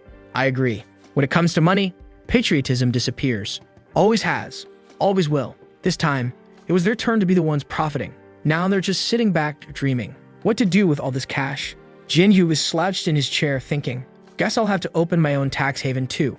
Not to mention, the money he just made is enough to live a luxurious life forever without doing a single thing. But come on, you really think he's satisfied? Well, so he really did get a prophecy at the bar, one he hasn't even mentioned to Otaku yet. Wait a second, the words on the vision, OTK Corporation, and the CEO, it's him. Is he about to steal his friend's company? Nah, he's a good guy. He shakes hands with Otaku, and no, they're going all the way to the top together. Jinhu realizes something. A CEO doesn't have to be the person with the most shares. They just need to be the one making the decisions. For him, this prophecy only meant one thing, that in the future, he and Otaku would run OTK together. This also makes things way easier. With both of them in the same company, they can just leave all their money in the same tax haven. That way, not a single cent goes to those greedy Korean tax collectors. Otaku suddenly asks to see the contract again. He scans through it, then with zero hesitation, rips it apart. Jinhoo jumps. What the hell are you doing? Otaku looks at him. This whole 50-50 thing doesn't make sense anymore. From now on, it's 80-20. Jinhoo freezes. Is this a bad deal for him? Wait, no. Something feels off. There's no way. Is he seriously about to? Otaku smirks. You get 80. I take 20. Jinhoo just stares, completely lost, like he doesn't even know his own friend. Come on, man. Even I know what kind of guy Otaku is by now. Jinhoo asks if he ate something weird. Otaku just shrugs. Just a black bean instant noodle. The truth is, the moment Jinhoo said he'd stick with him until the end, Otaku made his decision. He was willing to keep going, even if it meant earning 20%, because in his eyes, Jinhoo's ability to see the future was far more valuable than money itself. Besides, with their first big win, Jinhoo now has enough money to invest on his own. Otaku probably thought Jinhoo would leave him behind after becoming insanely rich. But Jinhoo was thinking the opposite. Even with all this money, they're playing on the international stage. Pooling their billions together is far better than going solo. Still, Jinhoo asks, "Are you insane? You're giving up 30%. Otaku just grins. "I'm not giving up anything. I still own 20% of OTK. That's more than enough." Jinhoo argues that this only makes sense if the company actually profits in the future. But Otaku says, "I know you'll make it happen." Now they're in it together until the future. Otaku claps Jinhoo on the shoulder. "You're the new CEO of OTK Corporation." And just like that, the prophecy is fulfilled. Jinhoo feels ashamed for ever doubting his friend, even if just for a moment, because when he really thinks about it, ever since that first night when Jinhoo told Otaku to sell everything, Otaku trusted him every single time. In the end, Jinhoo was the one who couldn't see things clearly. He gives a thumbs up. All right, now it really begins. One condition, though. He better not spend a single cent on that shady-ass Siona chick. She dumped him for a guy in Gucci. Let her rot. They start chatting about Christmas plans. Last year, Jinhoo was stuck in the military.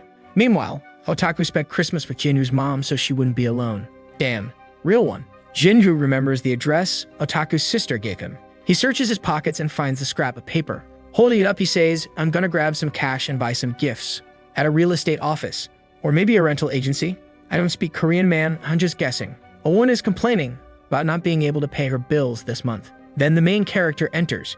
She immediately offers him coffee, sees his broke student energy, and instantly assumes he's looking for a tiny, cheap apartment. She figures, hey, even a small commission is better than nothing. She asks, "Are you looking for a studio?" Which is a polite way of saying, "You want a shoebox to sleep in?"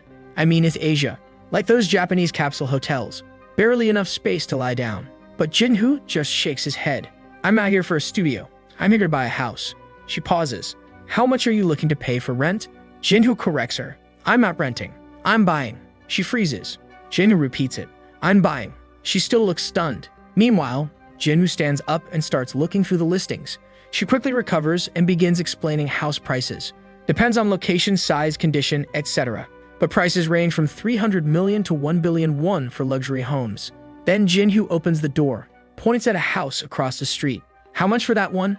She glances over. 600 million. Wait, isn't that his childhood home? The one his father built? Man, this guy's too wholesome.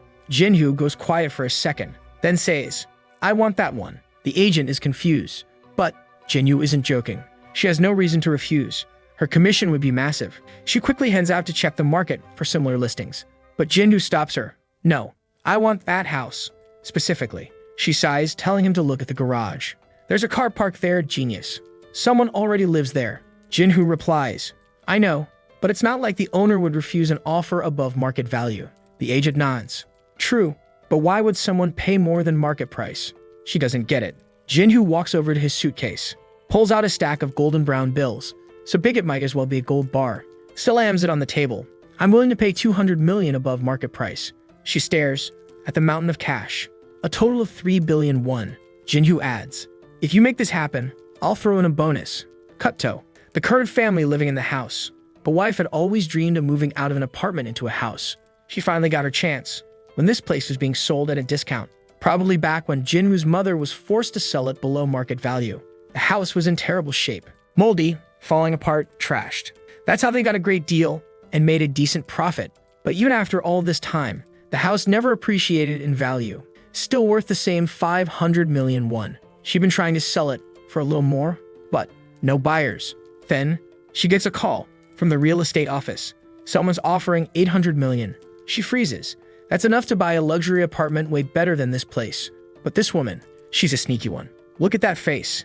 Even has a plaque on the wall that says, "Humble beginnings lead to a prosperous future." She schemes with her husband, and now she's sure. If someone's offering 200 million over market price, there's a reason. So a little while later, she calls back. "I won't sell for 800 million, but if you offer 1 billion, maybe I'd consider it." Her plan? See how low they'll negotiate, then accept it right before they walk away. Later that evening, she's already thinking about deposit, wants to secure at least 30% upfront to make sure they don't back out. Seems like the buyer, Jinhoo, asked them to vacate the house within 4 days, before Christmas. He wants to spend the holiday there. She immediately refuses. It's impossible to move out in just 4 days. We don't even know where we'll live yet. Then the agent drops another offer. "We'll pay you an extra 20 million, enough to rent a place immediately. Just clear out as soon as possible." That was all she needed to hear. She immediately calls Jinhoo. It's done. The family will be gone by tomorrow. Jinhoo finally relaxes. 2 years after his father's death, he finally got the house back. The agent congratulates him. Time to sign the contract, right? She's already secured a fat commission. In the city, Christmas trees are being set up everywhere. And Jinhoo, he's pissed. Why the hell is everyone walking around in couples? Meanwhile, he's single and miserable. But at least, he's on his way to buy presents. And that makes him happy.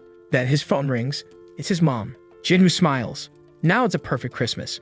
He answers, "I'm on my way home." Next chapter, he called his mom to go out and eat something. She wanted to eat at home, saying there was no need to spend money, but he just pushed her out the door. Already getting into the otaku's car, yeah, that damn friend with wafers plastered all over the doors. His mom wanted to know where they were going, but he told her it was a secret, though it was somewhere really nice. That's when he got a call. The fierce ex in hurry, of course. She just couldn't get Suguri out of her head. As soon as he picked up, she was mad, asking why he wasn't answering when she had been calling nonstop. He apologized, but did it in a rather rude way, saying she was calling too much, especially considering it was Christmas. But poor Hurry told him there was something much more important than that. She wanted to know, though he already figured, how he knew that L6 was going to be discontinued. That's when he remembered he had accidentally let that slip. Now all twisted up, he tried to play it off as just a joke and said he had more important things to deal with, so he'd call her back later. Merry Christmas. She tried to shout, calling him senior, but he just hung up on her. What Chad? At the same time, Sangya, the guy who went bankrupt, was messaging him too. That bastard must have remembered something. But before he could focus on that, his mom touched his arm and told him to take a look. Yeah, man, they were right in front of their old house. Seeing her standing there, he knew she was remembering the past 20 years of memories. She then said that was enough, and they could head back to the car and straight to the restaurant. But our boy acted like he was going through some mental breakdown and just walked straight ahead. She tried to stop him, but he was already inside, commenting that it looked like everyone who used to live there had moved out. Walking through the rooms, she started remembering the moments they spent there. Like when he used to bring that poorly drawn circle of his that looked more like an egg. Or when he got accepted into college. She was so happy. She lowered her head and said it was enough. Even though the house was empty and still belonged to someone else, they had to leave. But then he asked what she meant by someone else's house. She was startled and he told her to think of it as if they had rented the place. Because finally, it was theirs again. Right then, she got emotional and wanted to know how that happened. So he explained that he made money off his sick otaku friend and bought it. At that, his mom dropped to her knees. He knew that ever since his dad passed away, she had been holding it all in. It would be a lie to say she hadn't suffered, struggled, or felt sad. But now there she was, overwhelmed with emotion, telling him he had grown too much and turned into such an irresponsible man. Our boy told her to calm down, saying today was a happy day, not a day to cry. Meanwhile, that otaku friend of his was right there beside them, crying with the ugliest face ever, drooling all over him. So he had to explain everything to his mom. But he didn't want to tell them the full amount, otherwise she might pass out. When she asked how much money was left, he told her 1% of it, around 3 billion. Of course, she was shocked even at just 1%. Imagine if she knew the whole truth. Then he said he was thinking of holding off on going back to college and focusing on investments instead. His mom warned him that it was a dangerous business. His dad always used to say, anyone who claims to have a secret way to make money is usually a liar. He stood there, a bit awkward, wondering why his mom didn't believe in him. But he understood it was normal for her to worry. So he reassured her, saying he would always be cautious and only use the money he had already earned, which was a much safer approach. His mom sighed and said that apparently she'd have to rely on his otaku friend to make sure he didn't waste all that money. He nodded and told her, yeah, you can trust him. He never let me waste billions or trillions.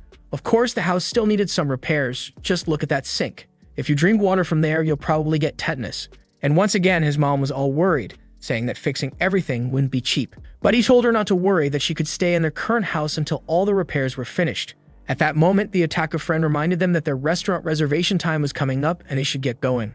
Before they knew it, they were already toasting, enjoying a peaceful Christmas together. Our boy spoke to his father in his mind, telling him that he could rest now. He would take care of his mom. Damn, this guy is a sweetheart. Next scene. Looks like he was already helping his mom move, telling her not to worry. She told him to keep calling her and that if anything happened, she would come check on him. Our boy then mentioned that to prepare for more serious investments, the otaku even bought a new house just for them to focus on that. He asked about the price and obviously, yeah man, he had spent 4.2 billion. What the hell, he got one of those massive movie-style mansions.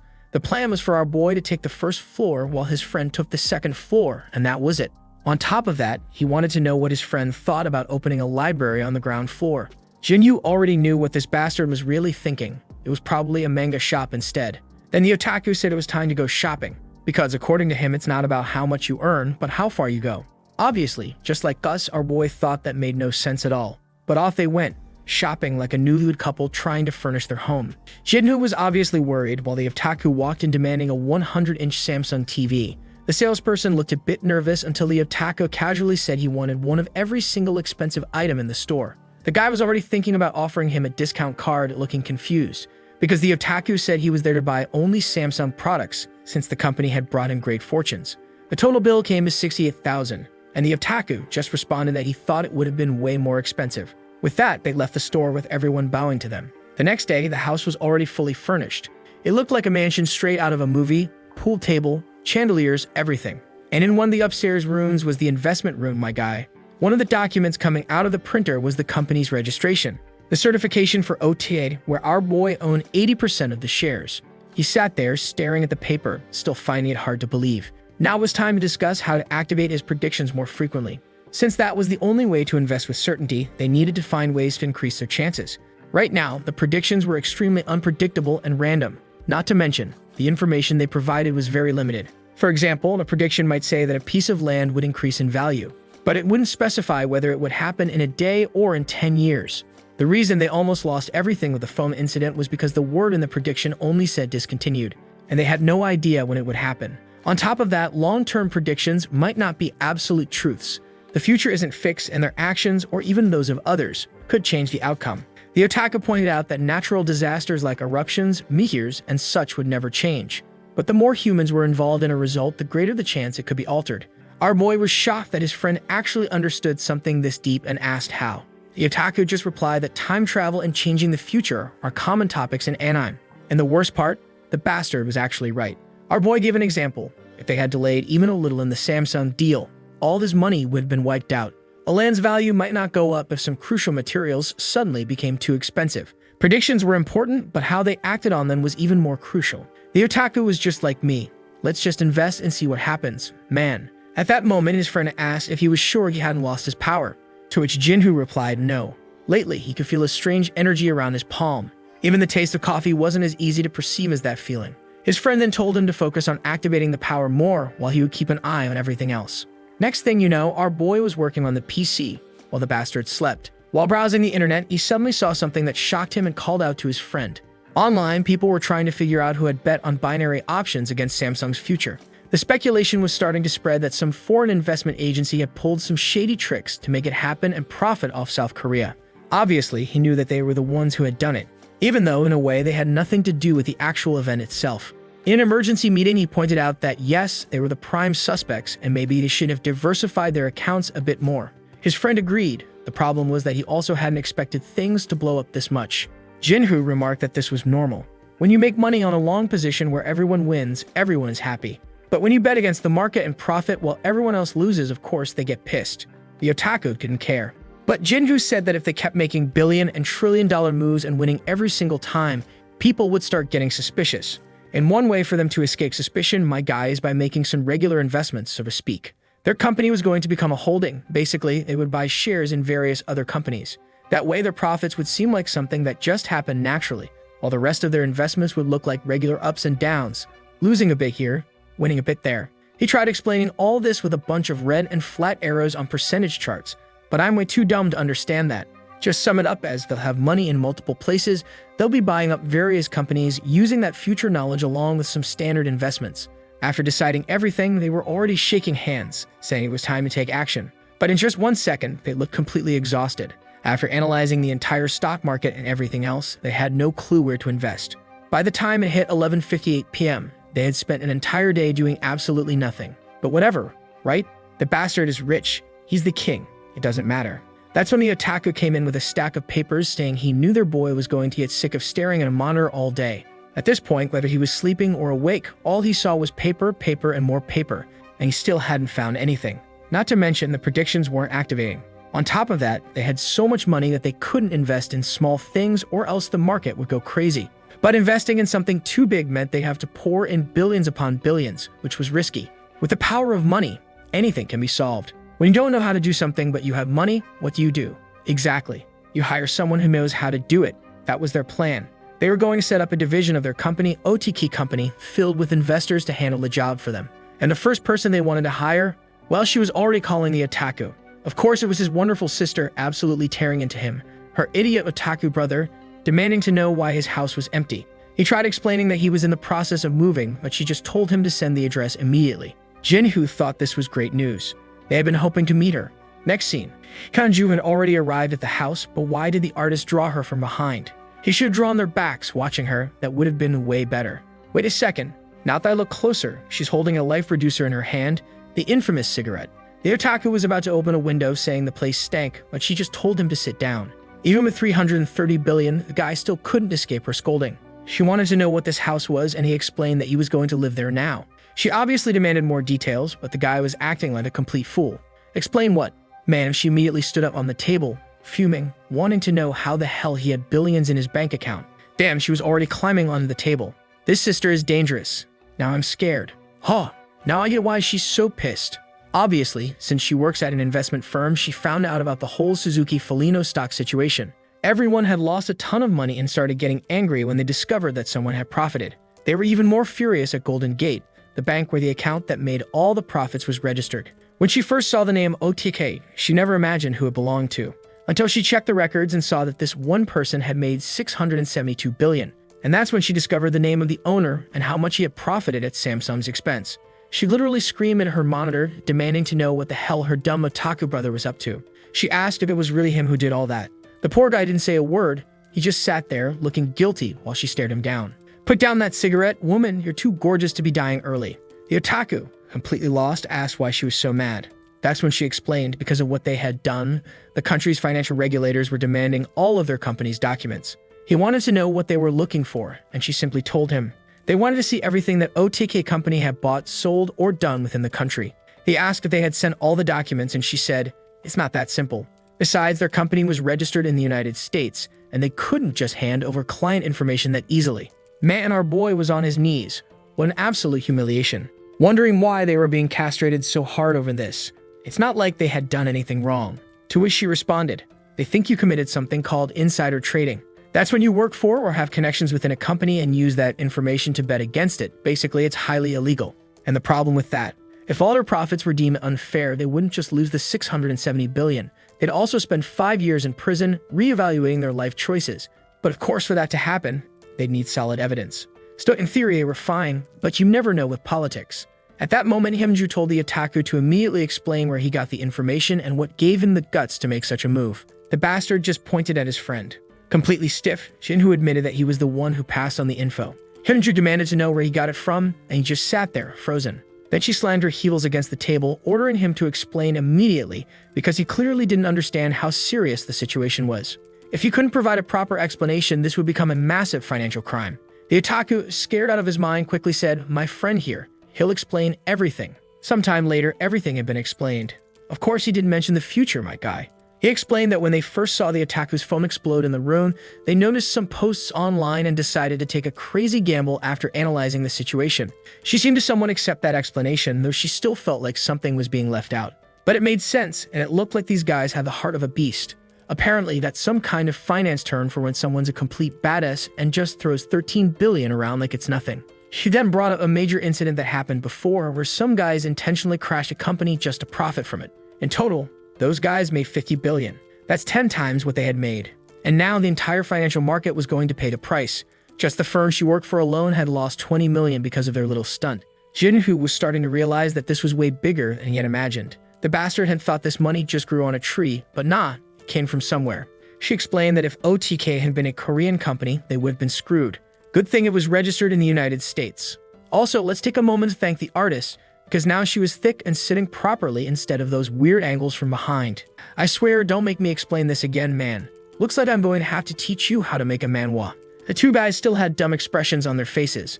Meanwhile, she wanted to know what they planned to do with all that money. That's when OTK explained that the money would be split 80 to 20. Our boy was taking 80%. Her expression? Yeah, you already know she didn't like that. She immediately started roasting her brother, demanding to know why it was split like that. He explained that all he did was provide the money.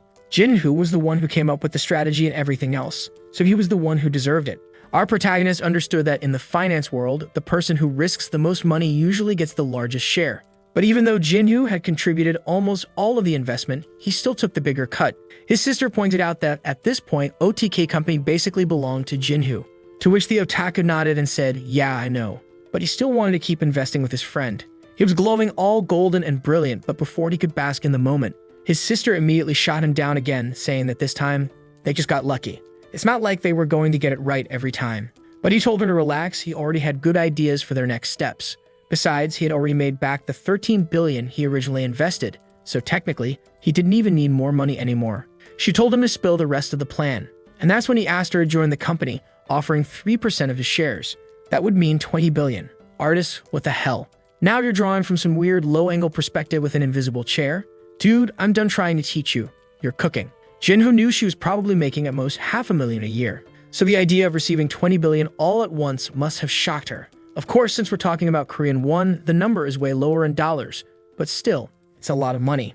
Our boy agreed with the plan of bringing her in and asked if she wasn't worried about him managing everything alone. She didn't even have to quit Golden Gate. She could keep working there and gather valuable information. But instead of answering, she just told our boy to go fetch her a coffee. Completely stunned, he immediately understood what that meant. Get lost, loser. I need to talk to my brother. He knew she was the smartest one. Got into one of the top universities without any special tutors. Not to mention, she was way too young to have made it into Golden Gate, a place filled with only the most experienced professionals. Meanwhile, her lazy-ass brother was a total loser, and then suddenly became a billionaire overnight. Truly, what a fair and just world we live in. Cut to the next scene. Our boy was sitting in a cafe, imagining that she must be feeling conflicted about receiving such an offer. But in the very next scene, she was already telling them she agreed to help. And now she told the otaku to go buy her a pack of cigarettes. Once again, basically telling him to get lost so she could talk to our boy. As soon as the otaku left, our protagonist could feel her staring at him. He thanked her for the help. She simply responded, they offered me 20 billion. You really think I was going to turn that down? Not to mention, if she didn't take the offer, they would have just found someone else. Jinhoo knew that was true, but it's not like they would have paid someone else 20 billion. But then, sipping her coffee, looking all adorable, she admitted, unhappy. It was the first time she had seen her brother doing something that wasn't otaku related. Jinhoo agreed. Lately, the otaku had been way too hyped about all this. But then she turned serious and told him, you need to understand, what you two did was extremely risky. Jinhoo, looking completely defeated, admitted, yeah, I know, because even with the power to see the future, they had barely managed to not lose everything. She congratulated him on making 672 billion. But then she wanted to know why he was planning to keep investing. Our boy, the most honest and least ambitious protagonist ever, he admitted, I don't even know why I started investing, and I don't know why I want to keep going. He knew money was good, and he wanted more of it. But now that he had this ability, it was impossible to just go back to living a normal life. Every legend in history had their own unique skill. His skill was seeing the future. Totally busted man. Logically speaking, everyone has some kind of advantage, and this was his. So he said, shining like a protagonist, I'm sure this is the field where I'll excel the most. She didn't even respond. She just adjusted her hair. Was that a sign? At that moment, she gave our boy a lesson, telling him that the financial world wasn't as easy as he imagined. It was full of scammers and extremely skilled people. She had been working in the industry for 10 years and still felt like she was just starting to understand the market. If she had one piece of advice for him, it would be to avoid diving headfirst into this world. But he told her not to worry. He just wanted to make sure the otaku wouldn't get hurt. She then responded that she was happy to know he was her brother's partner. She stood up, stretched out her hand, and said she was looking forward to working with him at the company. Our boy immediately shook her hand and said it was also a pleasure to work with her. And with that, she now officially held 3% of the company. Now, get to work. You got hired? Get to your computer and work, damn it. Now it was time to research which companies they wouldn't be investing in. She sighed, leaning back, and said, fine, fine. That's what I'm here for anyway. Meanwhile, he was just completely lost. Am I sitting in a chair or lying on a mattress right now? Now it was time to start hiring people for their investment firm. Because one person alone wasn't going to be enough. They needed a whole team. And now Hyunju was sending over information from Golden Gate on where to invest. Wait a minute, isn't that illegal? I mean, in my head, it sure sounds illegal. Like she's working there, taking confidential data and sending it over so they can invest. Who said crime doesn't pay, huh? It seemed like the information she sent over was discussing the fourth industrial revolution. Something about artificial intelligence, a digital society, and all that. Just like us, the two guys were sitting there looking dumb as hell, saying they didn't understand a single thing. That's when he decided to call that guy, the one who went broke trading options but helped them out before. They invited the poor guy to a barbecue. But this time, the man showed up in a suit looking sharp as hell. They asked what he planned to do next, but he just said he had big plans. But for today, he was paying for everything, so they should enjoy themselves. At that point, they asked if he was still working his old job to pay the bills. To which he replied, nah man, I paid everything off. Our boy didn't understand how, and the guy just said, it's thanks to you, obviously. That caught him off guard. The guy explained, that info about the L6 phone getting discontinued? Our boy immediately asked, wait, you didn't bet against Samsung too, did you? The guy shook his head. No, I didn't think they'd discontinue the L6, but I did think they would replace the battery, which meant that the companies involved in battery production would suffer. So he bet everything he had left minus 700,000. All or nothing. This guy was insane. He either eats rocks or steak, no in between. Today he had impressed them again. He saw an investment opportunity that even Jinhoo, who had been obsessing over the market, completely missed. Jinhoo needed to know, how much did you make? The guy told them, don't freak out, 150 million. Now that might sound small, but let's remember something here. He only started with 700,000. That's insane profits. Not to mention, Jinhoo had made a random offhand comment at that barbecue. And this guy, with just that tiny bit of info, spotted an opportunity and climbed out of the gutter. Sang Yap then explained that after that win, he paid off his debts, bought a new suit, and was preparing for an interview. That's when our boy was asked how much money they had made.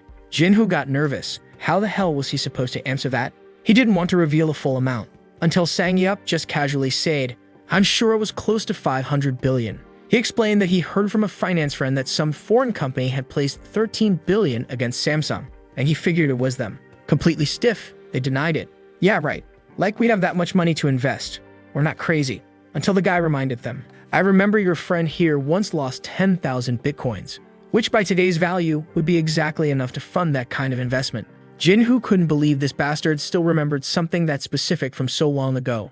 But let's be honest, everyone knew about the Otaku losing 10,000 bitcoins. The guy never shut up about how much he hated crypto after that. Then Sang Yap said, but maybe it wasn't you guys after all, since it was a foreign company. Our boy immediately agreed, yeah, exactly. It doesn't make any sense for it to be us. Until Sang Yap dropped the bomb. The company was called OTK, which just happens to be the initials of your friend's name. Jinhoo had nowhere left to run. All he could do was sigh and say, damn, you really are impressive. No wonder he was considered one of the geniuses at their university. Then he asked why Sang Yap wanted to meet up, to which he simply responded, I just wanted to thank you and express my gratitude. But this was a problem for our boy. He didn't want people finding out about this, so he asked him to keep it a secret, to which Sang Yap replied, of course, as the president of the club, I promise. Then he immediately asked, so what's your next investment? Jinhoo was confused. Wait, you said I was even gonna keep investing? But this damn bastard already knew. Come on, and notice you guys just opened a new corporation. Bro, get off my back, damn it. The guy even praised him. Ever since I first met you, I knew you were different. You already understand that to win in the market, you need something beyond math, analysis, and calculations. It's a kind of luck, intuition, or a unique vision. Our boy laughed. Come on, man, I don't have any of that. There's no intuition that can predict a company losing billions. But Sang Yap just smirked. Not everything can be explained. After being in the market for so long, I've realized that the biggest changes are always unpredictable. Like Isaac Newton once said, you can calculate the movements of celestial bodies, but not the madness of human beings. Damn, that line was fire. I feel like a poet now. And now Jinhoo was feeling himself saying, to dominate the market, you have to master madness. You need to be bold yet calm, to have a sharp and steady mind. And that's why both he and Sangyup saw our boy as a good investor. Now he wanted to know, what were the results? Jinhu was a bit confused. The result of what, you lunatic? To which Sangyup replied that, just like he had mentioned earlier, he had come for an interview. Ah, this bastard is a genius. Fine, I'll hire you too. That's when our boy realized. From the very beginning, the guy had been leading the conversation toward this moment. Meanwhile, the otaku was just peacefully eating, completely unaware of what was happening. Jinyu already knew that Hyunju was the help they needed, but just the three of them wouldn't be enough. They needed someone who could objectively calculate and make good decisions in the market. You could look at this in a negative light and think that this guy was getting close to them out of self-interest or to take advantage of them. But it was undeniable. He had talent. And right now, Jinyu actually respected his boldness. So he told the guy, right now I'm the CEO of the company, and I'm looking for someone who can help us grow according to my ambitions. Suddenly, the table went silent. Staring at his bottle, Sangyup called out Jinyu's name. He told him, "You're my master. You should be using both hands to serve me." Then, out of nowhere, he stood up. "Nah, I don't care about all that." He clasped his hands together, ready to be served, saying, "From now on, I'll separate personal life from business. Age is just a number. What matters is skill."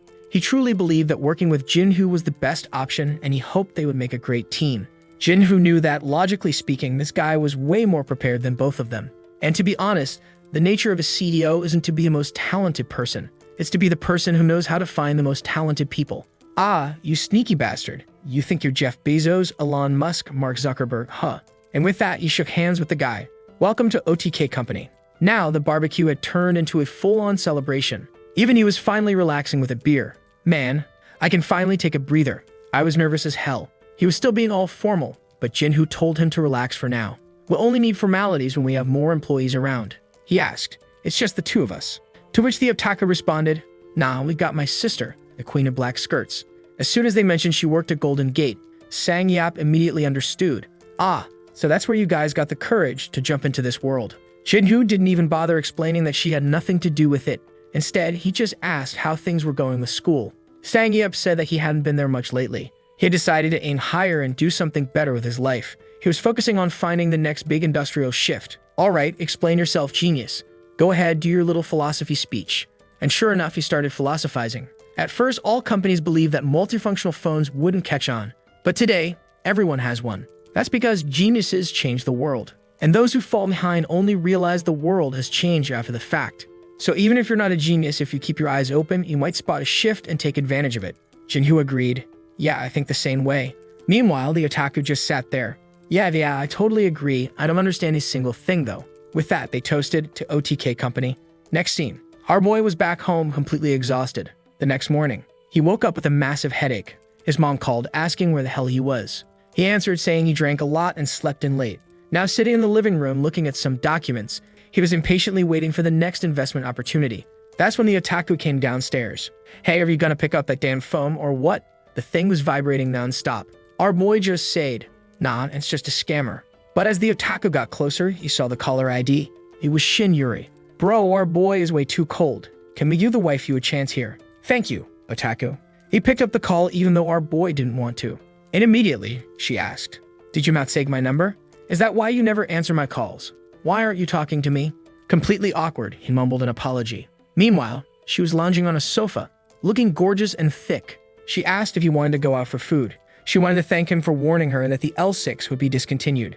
The moment he told her where to meet, she immediately perked up. She got the address and told him she'd be waiting there. At that moment, the otaku whispered in his ear, "Who is Shin Yuri? As the CEO of a billion-dollar company, you should be careful who you associate with." Jinhu just shoved him away. She's just a junior dude. But the otaku kept poking him from behind. Don't forget your responsibilities in this company. The problem for our boy, when he checked his wallet, he barely had any cash.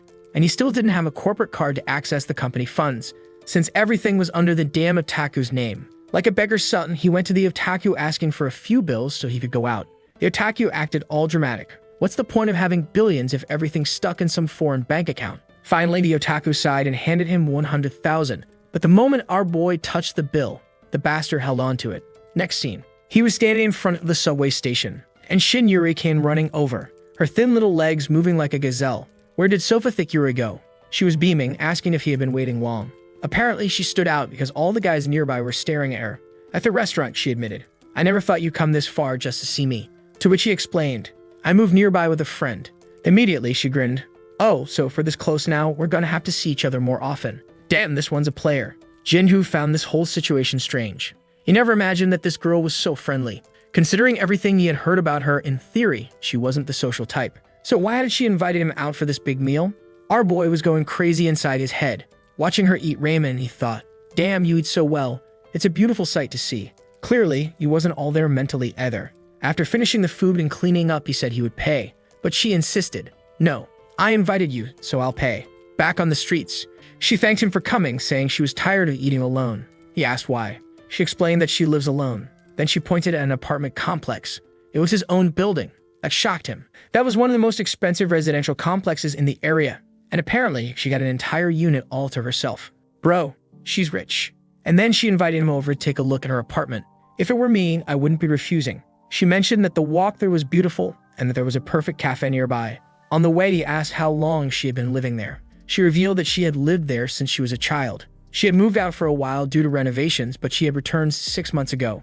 Hearing that, Jinhu immediately realized, she's not renting. She probably owns that place. He asked, where are your parents? She explained that they lived in another country because of work. Damn, is she the perfect saint? Curious as hell, he asked about the price. She casually responded, the cheapest unit goes for 2.3 billion. To be fair, the house he was currently living in with his friend was 3.3 billion. But still, a 2 billion apartment was crazy expensive. Even our rich boy thought the price was ridiculous for just an apartment. She explained that her family had bought it when it was worth 1.8 billion. And by doing nothing, they had already made a 500 million profit. Suddenly, she told him to wait a moment. She had something to ask him, and she wanted him to answer honestly. Ever since that day at the phone store, there was something she couldn't stop thinking about. Our boy was nervous. Was she about to make him an offer? Because all he could hear in his head was the otaku telling him, be careful with those billions. But she was completely innocent. She just wanted to know, how were you so sure the L6 would be discontinued? At that, he relaxed. It wasn't the kind of offer he was worried about. He remembered that last time he had tried to dodge this question, and it didn't work. So he gave his usual excuse. Well, a bunch of people online were saying the phones were exploding, so I just took a gamble based on that. She laughed. You said it so casually that I thought you meant some kind of secret information. He awkwardly laughed back. Man, I wish I had something like that. Meanwhile, deep down, our boy was pissed off because it had been a while since that damn ability had activated. She looked a little sad, saying that it would be nice to know things in advance. He agreed. It looked like she was still holding onto her old phone. She wanted to trade it in for the next model since Samsung had announced a trade-in promotion. She asked what he thought. He told her, yeah, it's a good deal. I doubt Samsung's going bankrupt anytime soon. Then he started explaining. Samsung's real business was semiconductors. They had a monopoly, so the prices would rise. So yeah, she should hold onto the phone and swap it for the new one when the time came. But as he started leaving, he said, I'm not an expert though. She replied, it doesn't matter if you're not an expert. Even experts are constantly wrong. But since you said it, I'll hold on to the Samsung shares I have. Wait, she owns Samsung stock? He immediately asked, how many do you have? She casually responded, I bought 20 shares. He was shocked. That was worth 2 billion won.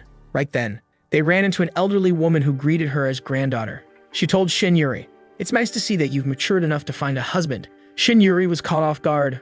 Wait, what? I'm only 20. I'm not getting married. But the old woman just smiled and said, at my age, 20 was the perfect time to get married and have kids. Meanwhile, Jinhu was still stuck on the fact that this girl had 2 billion won in stocks. The grandmother then handed her some money. Just take it, like always.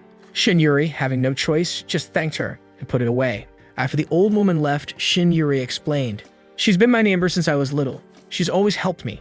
Turns out she owned 3 apartments in that complex and several others where her children lived. This wasn't just some old lady, she was filthy rich. Her backstory. 40 years ago, she bought some houses. The prices skyrocketed. So she sold some, bought new ones, and kept going. Now she had made a 19,000% return over 40 years. Sure, it took 4 decades. But now she was living large in her old age.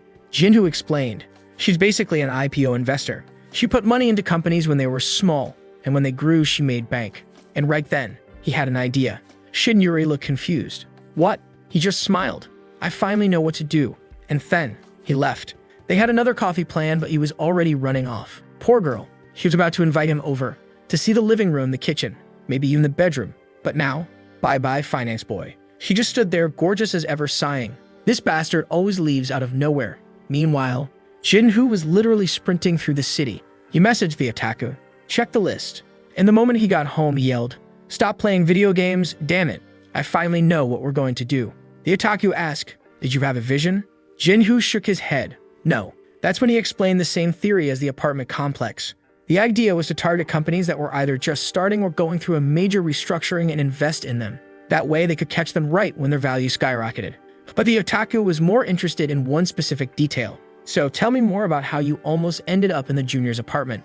Jinhu just shoved him aside. Focus on what matters. Damn it. This is the Industrial Revolution. Just like cars replaced horse-drawn carriages, Aram took down hotels, and Uber wiped out taxes. We need to find the startups that are just beginning and about to start a revolution. After a long explanation, the otaku finally said, okay, I get it now. The problem was that this type of investment was extremely difficult for anyone, except for them, because they had the ability to see the future. They just needed to ensure that his visions would activate when reviewing these new startups. But now, it was New Year's. His mom came over and cooked for them. Everyone was emotional, happy as hell. Nobody wanted to be broke again. A little while later, she was getting ready to leave. He asked how she liked the new house. She told him, unhappy. It was your father's favorite place. Our boy smiled. She hugged him and said, don't do anything stupid. She got in the car, waved goodbye. And that was that. Back to work. Same messy room. Stacks of papers everywhere. Still looking for investments. That damn evil hasn't shown up in ages. These idiots were pretending to work, just waiting for the future vision to activate. The only investments they had made recently, the one sent by the queen of the office. Considering how skilled and talented she was, it was hard to believe she shared the same blood as that damn otaku. Our boy had piled up stacks and stacks of new companies, hoping for the vision to kick in. But it wasn't happening. Hours later, the otaku was passed out on the sofa, playing his Nintendo Switch. Our boy was still holding papers, feeling that energy in his palm. Then suddenly, he slapped the papers down, trying to wake up the damn otaku. Get back to work. You can't just sit there doing nothing because you can't see a future. The otaku yelled back, are you crazy? Jinhu smirked. I'm just kidding. Now spread these papers all over the floor. His senses were getting sharper. At the very least, the otaku was useful for something. So he laid out all the papers on the floor. Our boy passed his hand over them. Some papers did nothing.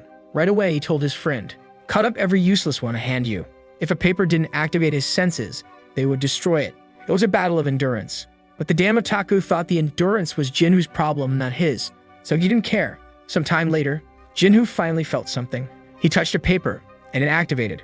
As soon as he felt the energy, he threw it into the center of the table. The rest, cut to pieces. Piles and piles of papers. Stacks of food wrappers. Day turned to night, night turned to morning. And there he was, buried under countless pages. Meanwhile, the damn otaku was still choosing which character to play as. 10 days later, the giant pile of papers had shrunk significantly. But still, it was a lot. His friend told him, dude, relax for a second. You haven't stopped at all. But Jinhu shook his head. No, I'm in the zone. I'm seeing this through to the end. The otaku shrugged. Fine, whatever. Then cheered. I leveled up in the game. Meanwhile, Jinhu's vision started blurring. Just a little more. I just need to hold on a little longer. Then, he found himself standing in a galaxy, floating above a lake. In front of him, a golden unicorn appeared. Wait a second. Unicorns. Aren't they what they call startups that grow into billion-dollar companies? The creature ran past him, jumped, and left a message. FACEIT. Wait, isn't that the CSGO sports platform? The one that runs tournaments? They're investing in esports. Then, more forces appeared. Halfpoint, Impizza, EDM Entertainment. Wait, all of these are going to explode in value. This was it. He had finally found what he was looking for. Next morning, he woke up in bed. He asked, how long was I asleep? The otaku answered, about 20 hours. Jinhu sat up. I saw some unicorns in my dream, but then his face darkened. I don't remember anything. Oh crap. The otaku patted his shoulder. No worries, I wrote down the names you were murmuring in your sleep. At least I think that's what happened. But hey, it looks like we've got some names to work with. They were investing in private companies. The problem with that? Unlike stocks, private investments required negotiation. It was like, I give you a ton of money, and if you grow, you give me a ton more money back, okay. Something like that. But our protagonist immediately pointed out, it would take way too long to build a whole team just to manage these investments. They had to move fast. To make sure they wouldn't lose any of the opportunities from his dream, they needed a two-step strategy. I have no idea what that means. But what I do know, Sang Yap was ready to go. And if he's the one handling things, I'm already confident. The bastard is going to get everything. He was called to this meeting and was feeling all nervous. But he calmed down when he saw that inside the room were our boy and the queen of the skirt. It looked like they wanted to borrow Golden Gate's name to build trust as investors. Hyunju mentioned that handling this would cost 1.8% of the total investment, not to mention that the commission for a 500 million investment would be at least 9 million. Sang-Yap was listening to these numbers and getting completely overwhelmed. These kids were playing on an entirely different level. He even felt embarrassed about the money he had mentioned that day. Watching the whole meeting, he was already scared, thinking that Jinhoo was really going to go far. The only problem for Jinhoo was that they could no longer invest through OTK company, right? Because that company couldn't be tied to anything in Korea. If they wanted to attract attention as big investors, that would help with marketing. But their lives were much more peaceful, with no one knowing who had made all that money. Not to mention it was better for their family's safety, like his mom, for example. The Otaku commented that investing like this was going to be difficult. That's when our boy said that's exactly why he had a certain strategy, and told Sang-Yup to stop standing by the door and come in already. He was all red-faced, apologized, and walked in. Then he introduced himself all awkward to the queen of the skirt, who responded with a nice to meet you and introduced herself as Hyunju. He was already thinking that she was quite a prominent figure. With that, Jinwoo started discussing the company's plans and informed them that they would be creating an investment company as a subsidiary of OTK. Obviously, they would fund everything. The initial capital was 70 billion and Sang-Yup would be managing it. The poor guy almost had a heart attack. He nearly collapsed and he wasn't even that old. Not to mention, he would receive 2% of the company's profits per year. Sang-Yup was in shock minus 70 billion to start an entire company, and they were leaving all that money in his hands. The confidence he had shown at that dinner was because, to him, this all seemed like a possibility. But now it was becoming a reality. Right in front of him was a prodigy in investments, and Jinhoo, in his very first move, had made billions upon billions. And then there was the Otaku, who was also here for some reason. His mind was racing. He thought he was just coming in to be a regular employee. But now he was running a subsidiary with shares and everything. Our boy praised every decision he had made and how he took advantage of the L6 situation. He didn't even have the option to refuse since our boy had already rented the place where he would be working. It looked like that was all the work of the damn queen, huh, guys? He was all flustered and embarrassed, saying he hadn't expected things to move so fast. But Jinwoo told him that was it, no turning back. He was going to work there because he was the right person for the job. The Otaku, as always, wanted to name the subsidiary. Our boy quickly told him to forget about giving it some otaku name like Royal Blood Company or something like that. Sang-Yup was observing our boy, realizing how incredible it was that he remained the same person even after everything. He then stood up and said that since this company was meant to hold the money from the other one, it should be called K, short for keep. And just like that, the company was named K Company. When Hyunju and the Otaku commented that it was simple yet impactful, our boy agreed. With that, Sang-Yup would be the CEO, as he would be managing all of K Company. Our boy even made a USB with all the company details and handed it to both of them. In a ridiculously luxurious hotel, the queen of the skirt was buried in paperwork, while the two fools were standing by the window, just staring. It seemed like this would be the location for K Company's office. Since it was right next to the airport, investors could arrive quickly and leave just as fast. It looked like today they were going to meet one of the company's lawyers. And judging by the way she walked, it was clear she was a powerhouse. The queen of the skirt stood up to greet her, and the woman approached. She seemed rather humble compared to the others. Her name was Ellie Kim, 26 years old, and she was joining the legal team. Legal is in legality, like a lawyer. I hope you got that. Our boy smiled, saying he hadn't expected it to be a woman. And immediately, the Otaku asked if the CEO was looking for women or something. He just ignored him and greeted her. The Otaku introduced himself. Ellie was all bright and cheerful as she introduced herself, while thinking that she had expected the head of this new company to be an old man, not some young guy. Hey, are you interested in our CEO? Right behind our boy, the Otaku was already locked in. Apparently, this woman spoke 4 languages, which made her a beast when it came to handling investments worldwide. Our boy was thinking that there were some truly incredible people in the world, unlike him and his friend. Hyunju explained that she had already told Ellie everything, and she knew that no one could know she was working for them while still being at Golden Gate. Hyunju then wanted to know how he planned to handle meetings. Would he show up in person or keep a low profile? He answered that he would look each person in the eye and see who was joining the company. She nodded and said, perfect then. It was time to invest. The bastard is going to get everything. He started with those investment explanations again. Basically, it's simple. If you buy a lot of company, you have more control but take on more risk. If you buy less, you don't control much, so the risk is lower, but you also can't steer things the way you want. I feel just like Takuya when all these pie charts start showing up. Our boy was sitting at the edge of the table, looking a bit overwhelmed. He wasn't used to wearing a suit, and honestly, meeting all these companies was kind of intimidating. Meanwhile, the 2 women beside him were calm as if they were just taking a stroll in the park. That's when he decided to check out who they were meeting and suddenly looked shocked. Hyunju asked if he was okay, and he said it was nothing. At that moment, the first 2 company owners arrived, Toby Strong and Gerald Bacon. Dude, that's the most American name I've ever heard. Gerald Bacon. Our boy immediately thought that successful companies should be able to summarize their goal in a short sentence, so he braced himself in the cold to see what these lunatics were going to say. And then the spiky-haired one said that Facet's goal was to become the Netflix of the adult industry. Well, at least he kept it short. He explained that the current industry was worth $15 billion, but the market was projected to grow to $100 billion, and during that time, they would expand their company tenfold. Current industry leaders were still using old business models, and they wanted to revolutionize things by creating the Netflix of fun. They were speaking entirely in English, and the two idiots were completely lost. Wait, now that I'm looking closer, their logo kind of looks like the Facebook icon, and Netflix was censored as Matchflix. The guy said they wanted to integrate Netflix's technology into the adult world using VR and everything. It was so innovative that even the presentation screen was pixelated. I don't even want to know what was on there. The otaku only needed to glance at the images before saying that the idea was brilliant.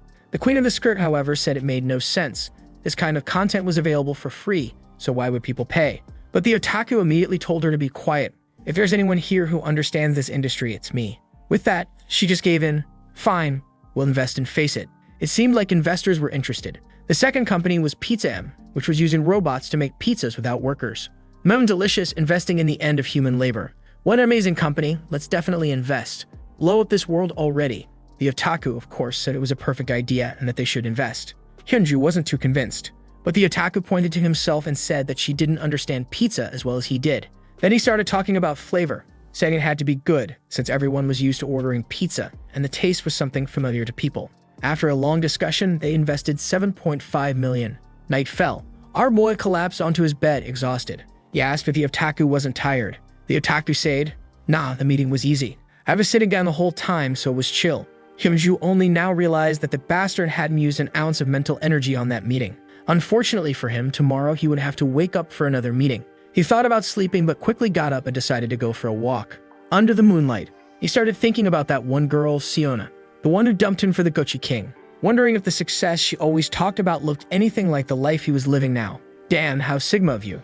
And then, right as he was leaving the hotel, he ran into Ellie Kim. She was working out at night. Damn, she was focused. After a long day of meetings, she still went for a late-night run.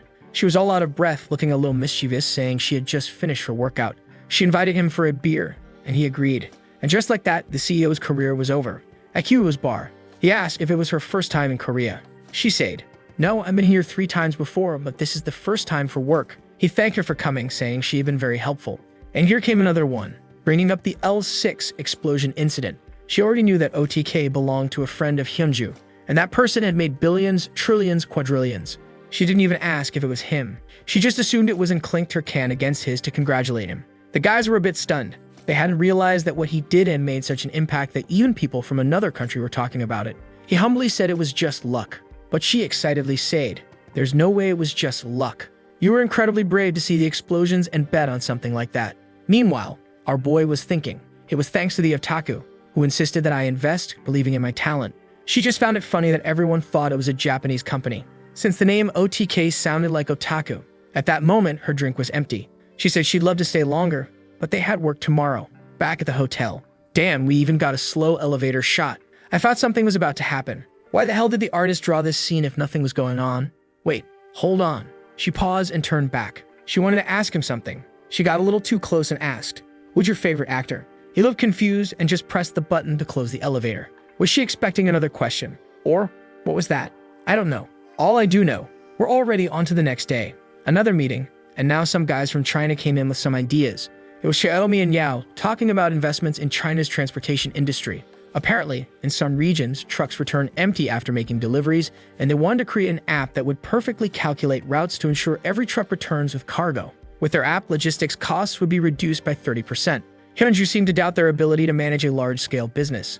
One of the guys tried to justify it, saying that even the government was interested in supporting them, and they started arguing back and forth. That's when Jinwoo started feeling a bit confused. He realized that the atmosphere in the room wasn't great. Then our dear Ellie Kim spoke up, telling them that they were paying attention and appreciated their plans. The guys immediately brightened up. They had assumed that no one there spoke Chinese and were struggling with their broken English. The moment she started talking, our boy noticed that the entire mood improved, because of course they felt more comfortable speaking their own language. With that, negotiations flowed smoothly, and everything was finalized. As always, our boy just sat in the room like an idiot, sweating bullets while doing absolutely nothing. Hyunju was truly incredible. He needed to learn from the queen of the skirt. A while later in the hotel's banquet hall, only the best food was on the table. Our boy commented that they were finally taking a break and asked what Hyunju was planning to do. The otaku was about to say something when he got stabbed in the face with a fork. Damn son, be careful. But the one most interested in asking something was Ellie Kim, who wanted to know, does our boy have any plans? He said no. She then asked, would you mind showing me around Seoul? Immediately, Hyunju raised an eyebrow. Isn't that basically an invitation to a date? Ellie Kim was unstoppable. She smirked. You could interpret it that way. Then asked him, would you be okay with that? He said yes. She immediately left. All right then, I'll be ready for our little date. See you in an hour. Our boy was just frozen, completely lost. Bro didn't understand a damn thing that just happened. The power of having 668 billion in the bank is too strong. A little while later, there he was, standing like an NPC in the middle of the hall, until someone called his name. It was Ellie Kim, all prim and proper. His soul left his body. I don't know if he was in love or if something else happened. But what we do know is that the otaku wanted to lend him his car. Obviously, that didn't excite our boy, because that damn car was covered in anime stickers. Our boy told him not to ruin this for him, but the otaku just said, enjoy the date, it's gonna be perfect. He handed over the keys. Take care of Kumi-chan. Kumi-chan was the damn name of the otaku's car. With no other choice, Jinhoo just accepted it. And there he was speeding down the highway in a waifu-covered car. He asked her where she wanted to go. She said she wanted to visit Korea University. Damn, he was definitely gonna run into a certain someone there. And that someone was gonna think, wow, look at him, all rich and shiny now. She asked if that was possible since she had heard that he used to be a student there. He said yes, so that was settled. But he was gripping the steering wheel in shock. Not because he was afraid of running into anyone, but because he was terrified that someone would see him driving Kumi-chan. If any rumors spread about him driving this thing, his reputation would be ruined. But there he was, already parking Kumi-chan right next to a luxury BMW. As soon as he stepped out of the car, she was about to ask something, but he already knew his first mission: get away from this cursed vehicle. But then, someone shouted his name and said they missed him. He greeted them back, standing there shivering in the cold, saying it really had been a long time. But the guys were already shocked. Yo, what kind of insane car is that? Then a weird girl showed up. She looked at him disgusted and asked, you really have no shame driving around with stickers like that? Her name? Lee Hyemi, 23 years old. Our boy immediately fired back.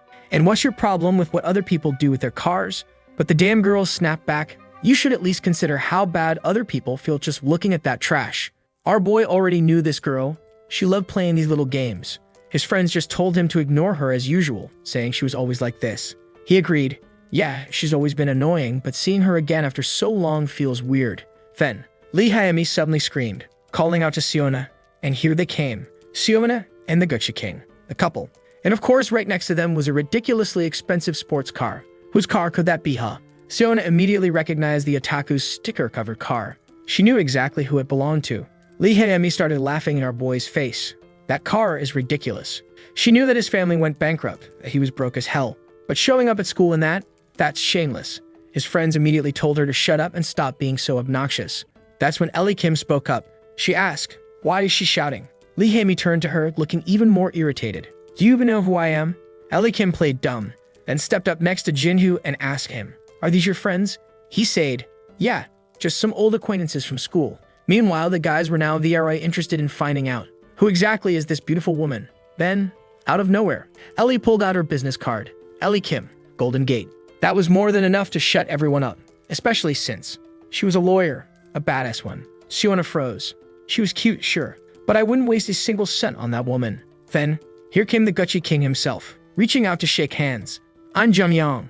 Boy, Jeet Ao TJ here. Junyoung went to introduce himself to Ellie Kim first. Might as well have drawn a katana and cut off his own arm and hand right there. The bastard even wanted to know what she was doing in Korea, whether it was for travel or business. She said she was there for something extremely important, but today felt more like fun. After spending countless days stuck in a hotel with Jinhoo, she wanted to get out and see the university. His friends were thinking that our boy was the real deal. Several days in the same hotel with her. Unstoppable. Our boy tried to explain that it wasn't what they were thinking. While Siona was biting her lips in anger, she was holding back her emotions but couldn't fully control herself. At the same time, her current boyfriend was already handing over his business card, introducing himself to Ellie Kim. She went for the rich guy, now she had to pretend she wasn't seeing anything, huh? The guy introduced himself, saying his father was a company president and that they also had connections with Golden Gate.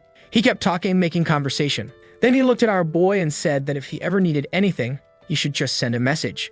Jinhu thanked him and seemed like he couldn't care less about the guy. He was just thinking that if he ever needed help from this construction company, it could actually be useful. But considering his own connections, he already imagined that he'd never need it.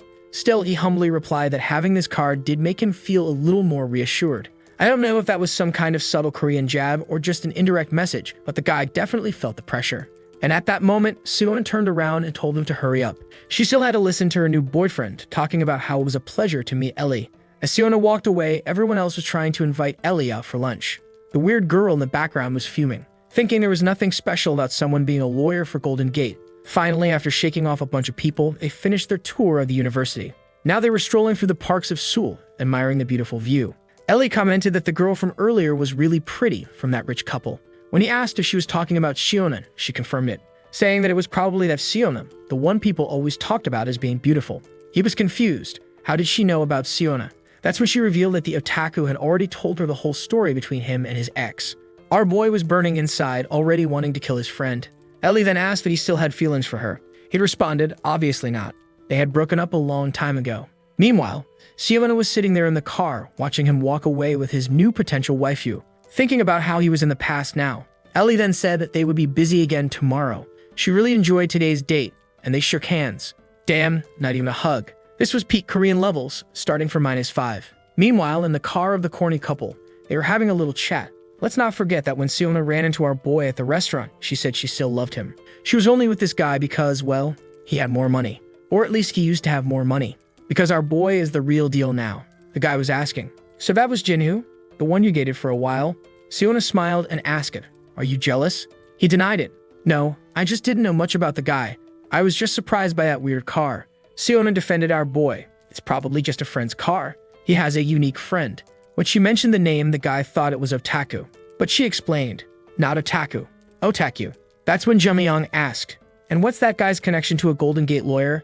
Especially an international one who works all over Asia. Siona just shrugged. I know that the Otaku's sister works at Golden Gate, so maybe it's just a friend helping her get familiar with the city. The guy replied, maybe that's it. But what he didn't like was how Jinhu looked at his business card and didn't seem impressed at all. He should have known that in a capitalist society, money is power. Everyone who met Jumyong always tried to suck up to him. But Jinhu's reaction was different. Only someone who had more money, or at least the same amount, would act that way. He then said, that guy is actually pretty interesting. Your ex-boyfriend is impressive. At that moment, Siona was already thinking about the real deal. She was too deep in her feelings, remembering that the last time she saw him, when she dumped him, he was completely broken. But now, he had changed so much in such a short time. Then she shook her head. Enough thinking about other people. Let's go spend some money. Next day, time to invest again, boys. The plan was to invest $5 million. But apparently, costs were much lower than expected. They would only need to spend $2.3 million at most. Jinhu was shocked. $5 million was now considered a small amount to him. Now, a company called Air City was presenting their AI-based business model. Looked like this was the end of engineers. An AI that could construct buildings. Our boy asked, so can you literally make a massive project? The woman answered, we are 100% confident that at the rate AI is improving, this will become commonplace very soon. Boys, cancel those engineering degrees. They're done for. So far, every company we've seen has been trying to wipe out workers. AI is taking over everything. Korea's construction capabilities were the best in the world. One of the executives admitted that there was still a lot to improve in design. That sounded great. They could continue without interference in their projects. After several meetings and investments, it was 6:17 p.m., and the queen of the skirt was leaving, telling him to be back by 7 p.m. And of course, Ellie Kim wasn't leaving him alone either. She was already saying she was going to play squash and asked if he wanted to come along. He said no. His body was feeling stiff. Apparently, it was one of those sports only rich people play, and he was afraid of getting humiliated. The last time he played, he couldn't even last 3 minutes. Sometime later, after refusing her invitation to sweat it out, he was just hanging out in the hotel, feeling exhausted. The otaku wasn't even bothering to participate anymore. Since he didn't understand English, he was just zoning out. But in his peaceful state, he said, no, as one of the major shareholders, I have to be there. Then suddenly, he changed his mind. Wait, no, I really have to be there. What if another amazing company like Faceit shows up? The only problem was, he was expecting something more dramatic. Money rising, falling, all kinds of action. But everything was just kind of boring. Our boy was about to tell a long-ass story, so let me summarize it for you. Back in the day, Alibaba was competing with eBay in China and struggling. But then one brave investor stepped in. He dropped $20 million into Alibaba without hesitation. Everyone called him crazy. Dude, eBay is dominating. Why would you do that? But 20 years later, eBay was struggling and pulled out of China. Meanwhile, that same investor turned his $20 million into $330 billion. His total profit? 110 trillion in Korean won. The otaku wanted to know, okay, but why the long story? Our boy explained, I'm trying to tell you that this type of investment isn't overnight, you bastard. You should already be grateful that we're investing with the help of future visions. If that guy made that much with such low odds, imagine us who are only investing in the best companies. If even one of these businesses follows the same path as Alibaba, we can't even calculate how much money we're going to make. Then, out of nowhere, his sister showed up and ordered the otaku to sit down. She called our boy over and said, you got a message from one of the companies we wanted to meet with. One of them is DHK Engineering, or actually Yusung Motors, or actually Caros. Oh my god, can you people pick one name? 3 is too much. He asked what they said. She explained that they accepted the meeting and were coming to Korea tomorrow. The otaku was confused. Are we the ones investing? So why does it feel like they're rejecting us? She explained, some of the companies we want to invest in already have investors, so we have to prove that we're an even better investor. It also seemed like another company, Caros, had also refused their investment. The otaku was baffled. Why wouldn't they want free money? She answered, because they needed a more appropriate amount. To put it simply, they wanted way more money. The meeting with these guys happened. All chiseled jawlines and serious business faces. The suits introduced themselves and so did the team. One Giga Chad looked over at our boys, saw that they were pretty normal looking, and wondered if they were assistants to the women. Right away, he asked, who makes the decisions for OTA company? Hyunju responded, I've been given full authority. The decisions I make are the company's decisions. The guys nodded. All right, if the queen in the story says so, we'll trust you. Then one of them dropped a bombshell. We need $100 million. That's the amount Caros requires. The otaku immediately turned to our boy. Bro, is this a lot of money or not? The exec warned them. If you can't provide it, the discussion ends here. Bro, you took a whole plane to say that? And then, Hyunju clapped back immediately. If the issue was about having the money, then yes, they had it. The two fools were shocked. They even lost a bit of weight from the stress. They still asked if she meant they had all the money or just a small share of it. Immediately, the exec started bowing. Damn, money really changes people. They were already eager to present Caro's projects and objectives, but Hyunju interrupted. She said that she had already analyzed their entire business. She also knew very well about the difficult situation Caros was currently in. However, she wanted to hear it directly from them if possible. With that, the USB was plugged in, and the real meeting was about to begin. This time, the discussion was about modern cars, both electric vehicles and self-driving technology. These were the two biggest areas in car development right now. When it came to self-driving cars, Amazon owned 41%, Samsung had a small share, and Hitachi. Look at that at the last slice of the pizza. Wait, there's a Japanese car company called Hitachi. Damn, I would have invested in that. Oh crap, guys. I just lost all my money, the guy revealed. Hitachi went bankrupt and sold everything to Caros.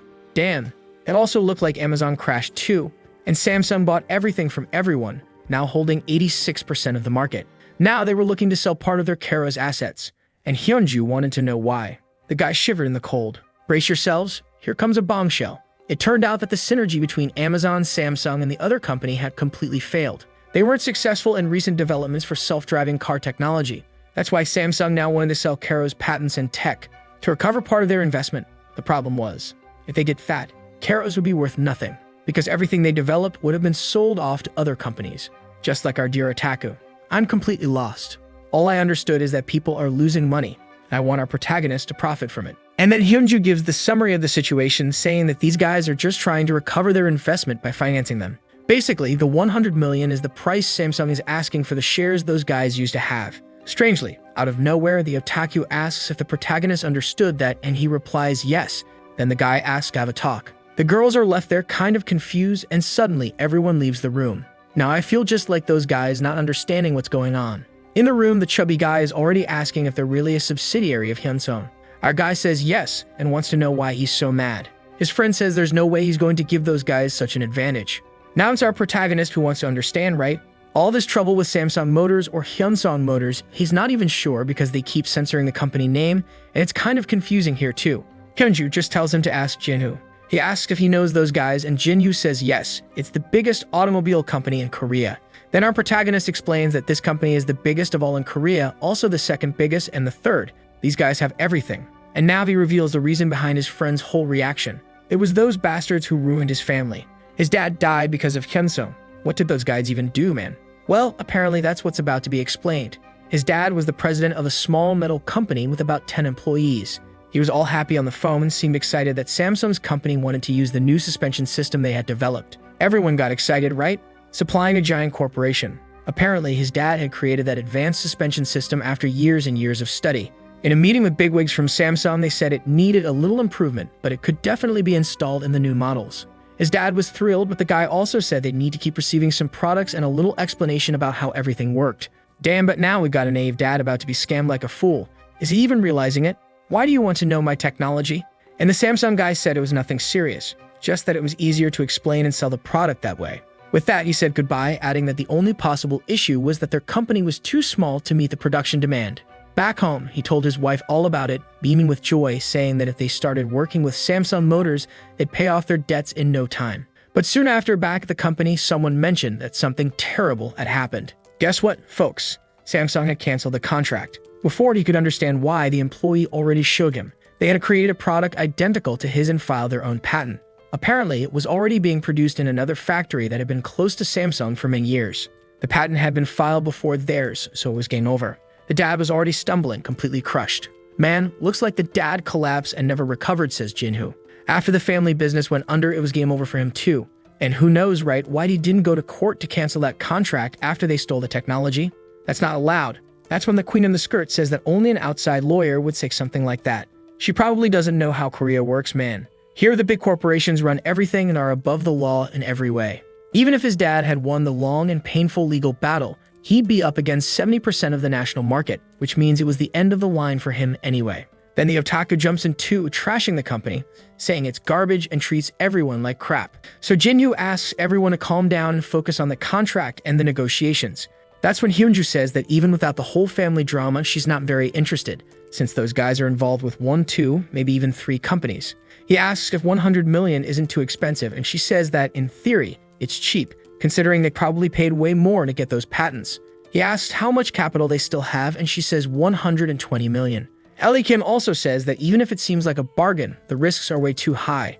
And obviously, Otaku says he's completely against all of this. He wants to block that damn company in every way possible. Now Jinhoo is deep in thought, since everyone is against the idea. The problem is that the expensive name disappeared from his vision. Up to this point, he's been making decisions based on intuition and not numbers. But seeing everyone's hesitation, he says okay, maybe at least with this contract, they won't move forward. Hyunju agrees but makes it clear that the final decision is his, since he's the CEO of OTK. Now our boy is sitting there looking like a fool, obviously not wanting those damn Sung Motors or whatever to benefit from them. If they buy Kurl's shares, those bastards are gonna be overjoyed, and that's the last thing he wants. There are other places to invest and better alternatives. It's all part of a rational decision. But what was pointing him toward buying was his intuition, and now he doesn't know which one to follow. Everyone in the room is waiting to hear the boy's decision. And the Bravo says he wants a meeting with the CEO of those guys. But the other guy already warns that it's going to be tough. Apparently, the guy can't come because of a conflict of interest, and that's why they're the ones here. It's rare for the CEO to visit Korea. That doesn't sit well with Jinhoo, who's now facepalming, wondering if he messed up by requesting a meeting with their CEO. Even Bravo tells them they should be smarter, since they're the ones in a rush. And yo, she even took off her glasses, man, trying to steal my heart, this damn woman. She reminds them that they're the ones who need the 100 million. So they better get moving to make things happen. She also made it clear that they need to respect the wishes of the CEO of OTK. With that, the guys said fine. They try to get in touch with their CEO too. Now they're stumbling back, asking when they can schedule the meeting. Hyunju, looking beautiful as ever, glances at our boy, who's thinking, thank God everything's working out. The next day arrives and the otaku is asking our boy if he's made his decision yet, saying he's not getting involved in this anymore. Jinhoo had stayed up all night thinking about it. This whole thing about partnering with a team that uses you when they need you and tosses you aside without hesitation. That's when an idea crosses his mind. That goofy blonde guy shows up, and apparently he's the CEO. Our boy introduces himself as the CEO of OTK. That weird dude looking like an albino Mark Zuckerberg introduces himself as Daryl Sagan. The moment our boy shook hands, he was thinking his intuition was pointing him somewhere. He needed to understand that he was only investing a mere 100 million. And then the pony figure appeared.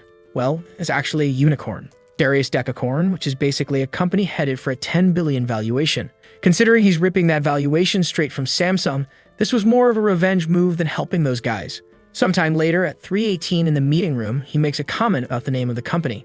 Sagan starts talking about electric cars, saying they want to revolutionize the industry by creating a car with artificial intelligence and all that. Then Hanju comments that Elon Musk is already selling self-driving cars, so what makes this one different? Spill it. To which the guy explains that a self-driving car is different from one that follows pre-programmed algorithms. Get out of here with your shady marketing, bro. As soon as he explains their idea, the OTA Kate jumps up excitedly, saying it's amazing. He says it's just like Cyber Formula, and Jinhu laughs, saying that anime is from the IF era and like 20 years old. These damn guys keep referencing stuff that's not Korean. I haven't watched it to know these things. Then Daryl Sagan says they're actually looking for someone to buy all of Samsung's shares, or all Sungs, or whatever Sung. I don't even know which Sung anymore, because their CDO isn't very interested in continuing the project. They want someone more motivated. Hyunju wants to know why they're backing out, especially since it seems like something that could revolutionize the market. To which he explains that the current CDO only wants short-term results to maintain his position and isn't too concerned with the future. If they follow the path those guys are suggesting, they'll end up creating just another system like the many out there. Jinhu is thinking this project is actually amazing. Face It wants to create the Netflix of fun and joy, and Pizza wants to put everyone out of work, but neither of those ideas is going to revolutionize the world like this one could. The guy's plan is to create self-driving cars to the point that, like, you just call one and it shows up at your house like an Uber, but with no driver.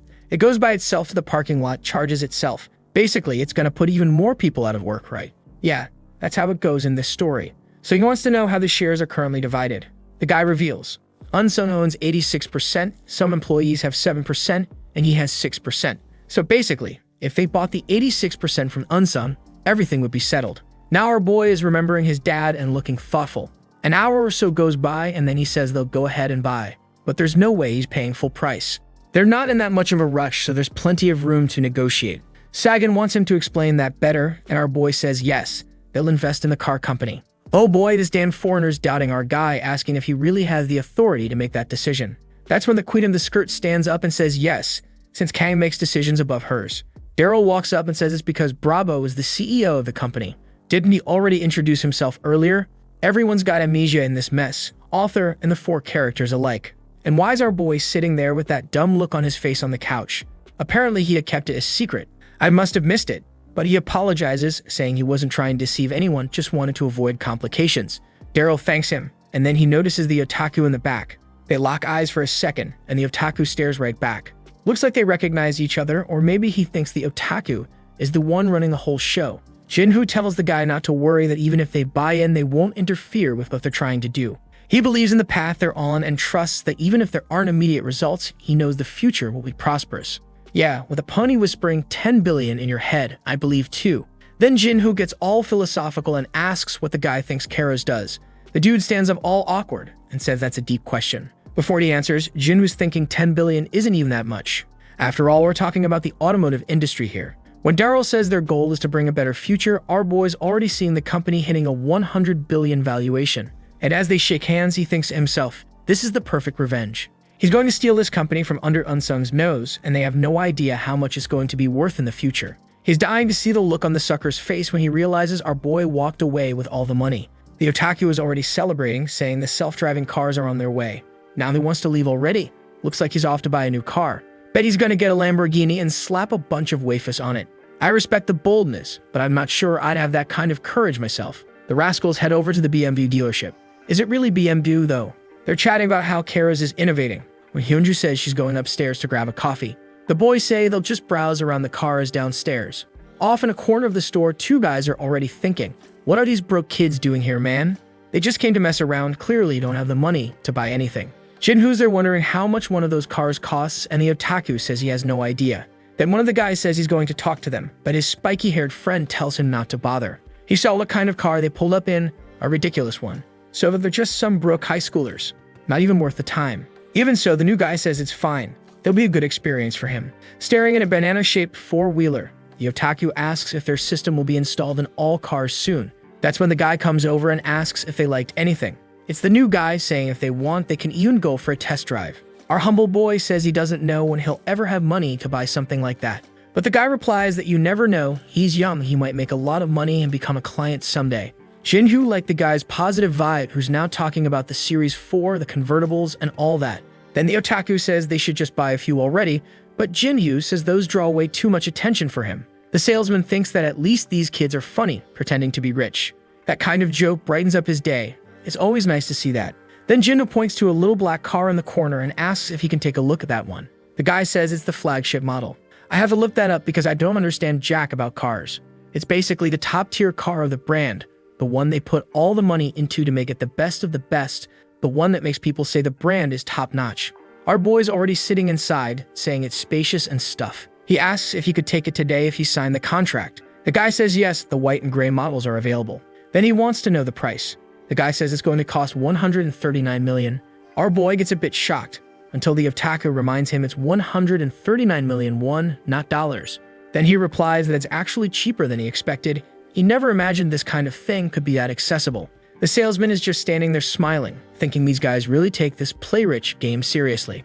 Then our boy pulls the Otaku aside and quietly asks for 150 million so he can buy it real quick. Meanwhile, the salesman is thinking that the day they actually buy something like this, it'll be incredible. Until the Otaku whips out his card and says our boy will have to pay him back when he gets his dividends. Right then, the Otaku says he'll take one too and tells the guy to prep one for him. Obviously, he's talking about the BMW with the gull-wing doors.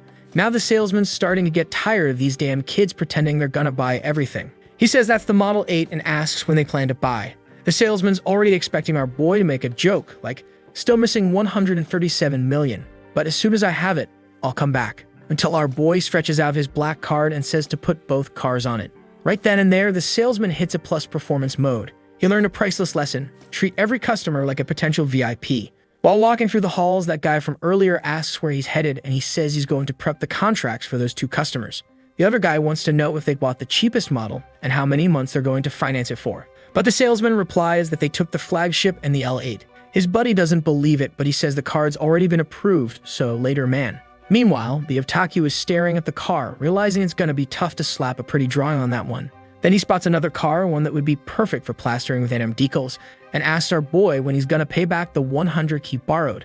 He's talking about that money our boy borrowed like a needy son just to go out with Shinyuri at one time.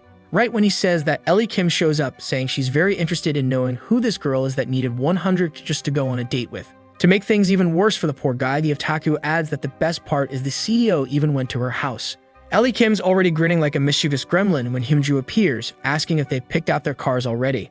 Our boy says he's getting the Series F. Ellie Kim says maybe that's a bit too big for him, left me kinda confused. Then suddenly he leans in and whispers something to her, and she is all flustered. Damn, I hate when they pull this move where the character whispers something, and we don't get to hear it. Now we're stuck guessing. Ellie Kim gets all excited and says he's a cool guy. Now I really want to know what he said in her ear. Apparently her flight's coming up and they plan to do a few things before she leaves. They hit up an amusement park, get all dizzy from the rides, then go on the Viking ship.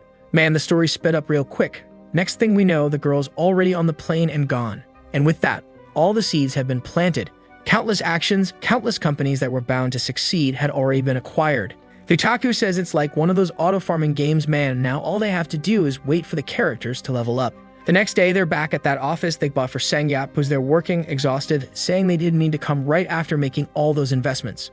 Our boy says he was just curious to see the office, but also asks if the guy is doing okay. He says, yeah, no need to worry. Jinho comments that the room is pretty simple, considering he gave the guy 70 billion to spend. To which he replies that when you have enough money, you don't even feel like showing off anymore. So they decide to take a break so the guy can eat a bit. Sangyup explains that he's been sleeping and waking up at the office every day. He's been showering at a sauna across the street.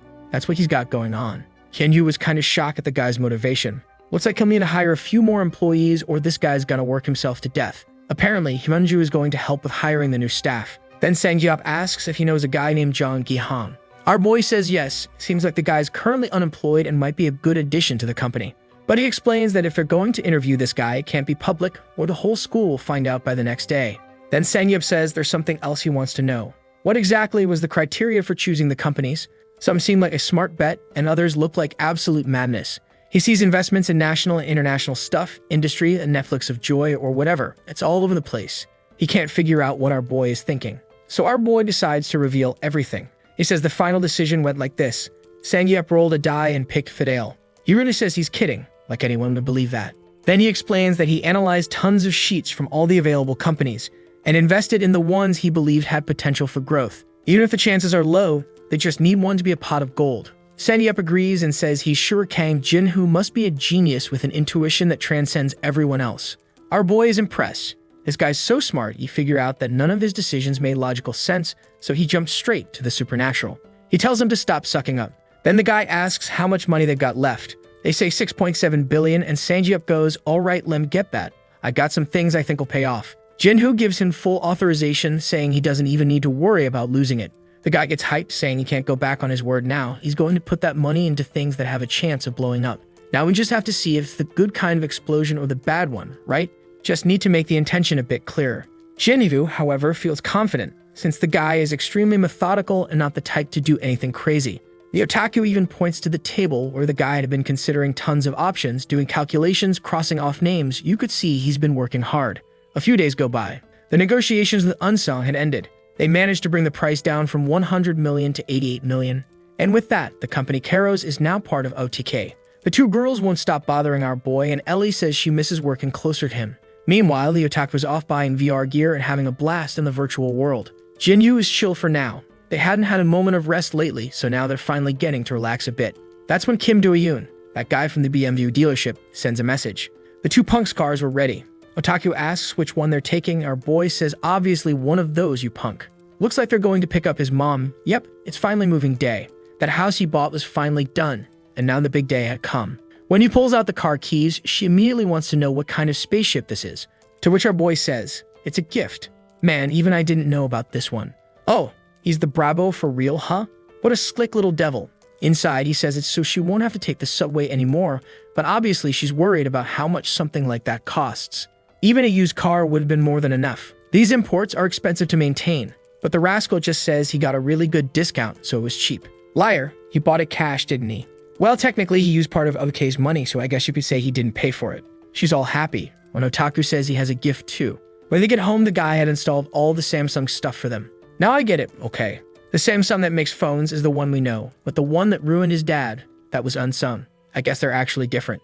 His mom's a little hesitant, saying she doesn't even know if she can accept so much from Otaku. But she sits down, saying it's nice to know the two of them are living so well now. Now the house was fully set up, and our boy says he's got an announcement to make. For 1 year, he's going to travel the world and study with Otaku, who clearly had no idea about this. Man, sometimes this story drags on forever, and sometimes it's lightning fast. We're already at the airport. Are you thinking, wait, they're leaving already? Nope, it's already been a year, and they're back. Out of nowhere, bro, but hey, it is what it is. I think it was just to show that our boy enjoyed some of his money before getting back to work. He picks up his phone. It looks like he's heading back to school because the guy wants to graduate. Otaku thinks that's insane, but he says he's going to finish it once and for all. When he arrives at college, Shinyuri is waiting for the guy, saying it looks like she's going to have to solve another one of his problems. And as usual, this story moves fast. They're already inside, registration done, walking out. Before he can say anything, she grabs his arm and says she has to explain a few things while they eat. Ah, the rascal's heading toward the L8, huh? Apparently, Otaku still hasn't covered that thing in waifu stickers. She asks if it's his. He says it's his friend's. She asks why his friend gave him the car like that. He says it's because the bastard doesn't even leave the house anyway. So they head to a fancy restaurant, and the dishes cost a whole bunch of euroings, so you already know the place ain't cheap. Shinyuri says she's going to pay as thanks for him always picking up her calls and keeping her company when she was feeling lonely. Out of nowhere, the story skips a year, and now it's just dropping everything that happened. She's there glowing, saying Samsung stock keeps going up, and she's making tons of money thanks to him. He remembers that he told her not to sell and to hold on because it would rise soon. He comments that back then she had 20 shares and asks how much she made. Apparently, at least 1.9 million. But she says that after his advice, she bought 39 more, so she made even more. He praises her, saying the profits are thanks to her courage. She really made a lot. That's when she notices. Last time when she said she had 20, he was shocked. But now when she mentions 39 more, he didn't even flinch. And with that, she says he's really changed over the past year. He says not much really happened. Just tested a few things here and there, nothing major. She asks if he's going to orientation. He says no. She asks if he's going to the freshman party. He says no. That's because he's got a trip to Hong Kong coming up, and she wants to know why. Our boy says he's going there to hang out with a friend and meet new people. He says she's welcome to come along if she wants, and that she should travel a bit to have some fun. Man said it to her face that he's going to see another girl in another country. Bro absolutely clowned her. A few days go by, and the otaku is freaking out, yelling. Our boy wants to know what's going on. Turns out something called Lost Iris Fantasy is either getting canceled or development is being shut down or something. Our boy wants to know what that even is, and the otaku explains. It's the series where the main character, the one plastered all over his car, comes from. Our boy wants to know why it's going under. The otaku says to explain that he's going to have to tell the whole story of the game. He launches into a massive monologue, but the summary is, the folks working at the Iris company think they'll make more money focusing on console games, so they're switching over. Jinyu asks if the main reason is that the dev who worked on that project got reassigned. Otaku says yep. Sounds like those bastards were forcing the old guy to work on something he didn't even want to make. But then Otaku flips it, asks if he doesn't see the opportunity here. Lost Iris Fantasy could have been a huge hit. Jinyu says nah, but the otaku is still dead set on investing. He says they should give money to old man Shijuru to develop the game, and that a tiny 100 billion isn't even that much. Our boy tells him he's lost his mind. But Otaku says there's no point having all that money if you're not going to spend it. At least he'd be spending it on something he's a real fan of. Jinyu starts thinking that, in a way, the guy kind of has a point. It's just, the scale of it is way too big. Unlike him, who saves money, the otaku blows it all as soon as something good comes along. Maybe the guy actually understands the purpose of money better than he does. So our boy says that if he wants it that badly, we'll talk to Sangyap about it. With that, Otaku is already celebrating, screaming that he's going to save his waifu. Just then, Jinhu gets another call from Shin Yuri. This girl just doesn't give up, holy moly. She wants to know how Hong Kong went and when he's coming back to school. He explains that he's going back tomorrow since he's got class. And obviously, she's already trying to set up a meeting with him. She says there's this guy bothering her and she can't take it anymore. Apparently, it's someone in their department. While she's talking, the otaku is just sitting there, listening to the whole conversation from the CEO. Finally, the day of going back to university after 3 years is coming. Professor Kim Myung tells our boy that if he has any trouble, just let him know. He won't be able to help, but he can invite him out for drinks. At least he's honest. Our boy, looking more and more like a fool every day, thanks him. Then he says he brought a gift for the professor. He hands over a framed signature from someone named Chase Southwell to Professor Kim Myung. The guy is emotional, but he has no idea who that is. Our boy explains that apparently he's the CEO of Golden Gate, and everyone's a fan of his. Then we flash back to a week earlier when he was in Hong Kong and this guy invited them to meet. This is Chase Southwell, the head of Golden Gate in all of Asia. Jinhu had no idea why the guy wanted to meet them. Could it be because they made almost 700 billion? You damn punk. Now Kang Jinhu's walking around acting all slick, As much as I want him to focus on business, I'd also want him to get into a romance with a waifu. He's got 700 billion in the bank and he's still at zero. In the meeting room with Chase, the guy's throwing compliments left and right, hyping them up saying they're amazing. They're great at picking startups and making loads of money. He's confident that with the investments they've made, they'll pull in another 10 billion. And Golden Gate obviously wants to stick around and keep working with these guys. Gee, I wonder why. Back at the university, Jinhu asks if the professor wants to accept the gift, and of course, he says he will with great resistance. A while later in class, our boy is absolutely destroyed. Theory is way different from practice. He got used to investing, but he's not used to studying investing. Then some dudes show up saying not to worry, even they don't really get it. But this weird character with no eyes drawn on wants to meet our boy. He awkwardly says hi and I'm getting annoyed. He's looking more like a clown every day. Right then, all the faceless girls swarm around him, but the dudes are fighting over him too, saying they started talking to him first. Later on in front of the college, he's waiting for a girl and the guys want to know if it's Ellie again. Now that I think about it, I'm pretty sure those are the same guys from the BMW shop that one time. Then we flash back a bit. Ellie had asked him whether he was going to be walking around campus with that Yuri girl when he returned, and he, all flustered, said no way, he'd never do that. But right now, he sees a guy grabbing Yuri's arm. That guy is Cha Myung-ho, and our boy is wondering if they're really that close. Apparently, he's the son of the owner of some chicken company.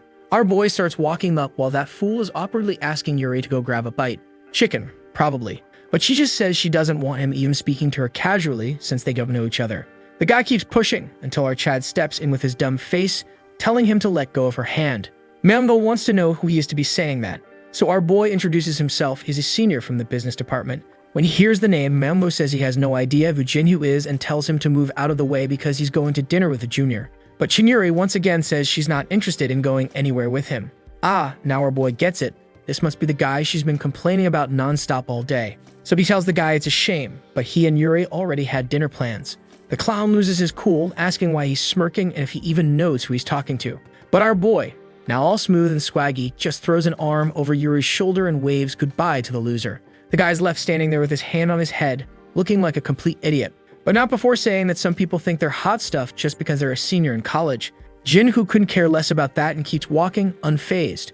He invites his friends and Yuri to go eat together. She's all impressed, like, dang, this guy's a Sigma. But then his friends tell him to look behind him. The bastard came back and grabbed her hand again. This guy seriously needs to be arrested. Even some students nearby ask if he's lost his mind. So our boy grabs the guy's arm. The punk yelps, but you better be careful. Our boy served in the army, man. With just a little squeeze, the clown is already crumbling, shaking in fear, overwhelmed by Jinwoo's vibe with no idea who he's messing with. But then this other dude shows up. Looks like he is cinder block for lunch. His jaw is literally shaped like a triangle. He wants to know what Jinwoo thinks he's doing. Oh, now things are getting serious. But Jinwoo turns to him and the guy instantly flinches. What happened today? Still rocking his full-faced, Jinwoo tells the guy he's not trying to discipline anyone. And now Triangle Jaw Akajuwon asks why he's backing down to a senior. Everyone starts realizing it's turning into a whole mess. Then out of nowhere, a guy named Giro shows up, wrist wrapped up, and tells Juwon to calm down. Jinwoo probably already understood. Juwon wants to keep going, but Giro tells him to stop and asks if he didn't hear what he just said. With that, the clown starts sweating buckets and says he gets it. The two leave while the rest of the crew wonders what just happened. Looks like Triangle Jaw is afraid of Blondie because his dad also runs a fried chicken joint and their business tanked after getting into it with that guy. Shin Yuri shows Jinwoo messages. This creep's been texting her even in the middle of the night. And of course, Blondie's fuming, wondering just how incredible this Kang Jinwoo really is. Later that night, at a little bar, nobody's really thinking about any of that. They're just drinking and celebrating. Oh no, here she comes. Freaking Siona shows up asking how he's doing.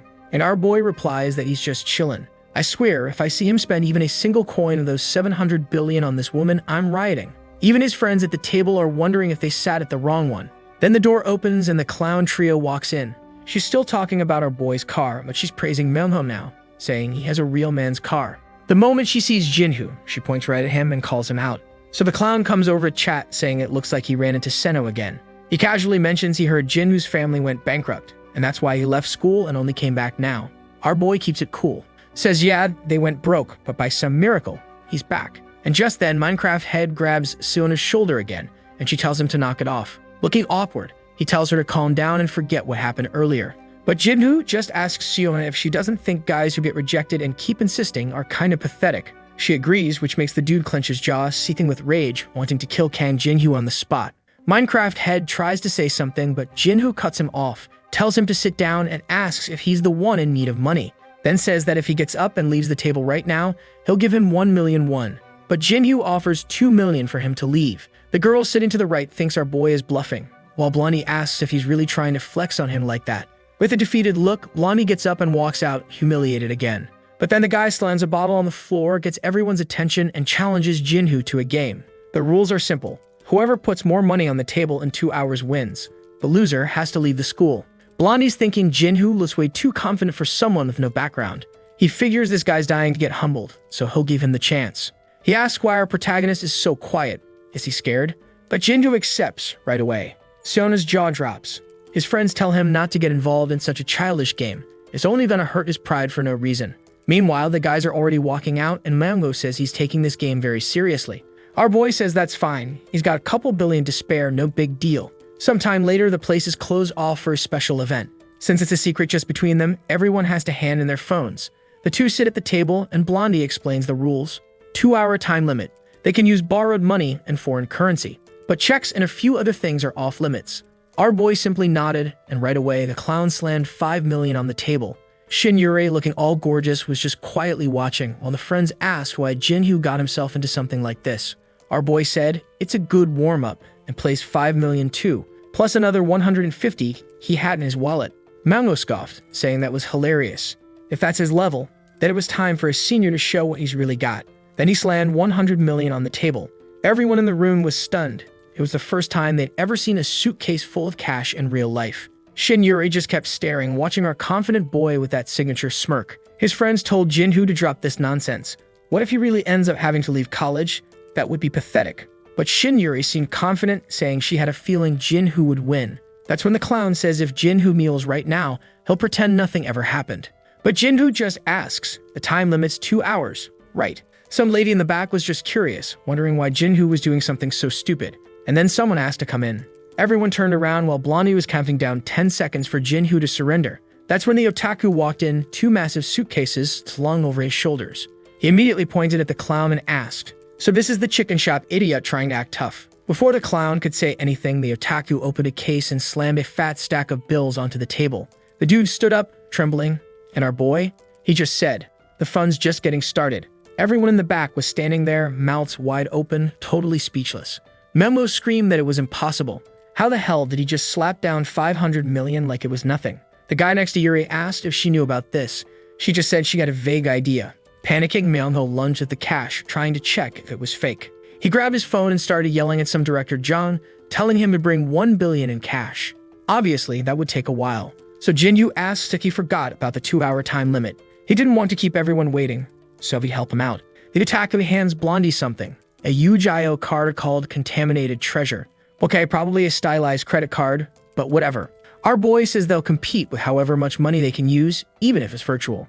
Blondie asks if he's sure about that, to which Jinyu replies he knows very well how much money a 20 billion valued company can throw around. Everyone in the room starts realizing this guy came prepared for more than that, and Blondie starts trembling. The Otaku hadn't even opened the second backpack yet. Nobody had a clue what was inside, but judging by the size, it looked like they could win this whole thing. That's when Jinyu says, if you want a number, in 2 hours I could bring in 2.6 billion. Everyone starts shouting that that's impossible, telling him to stop lying.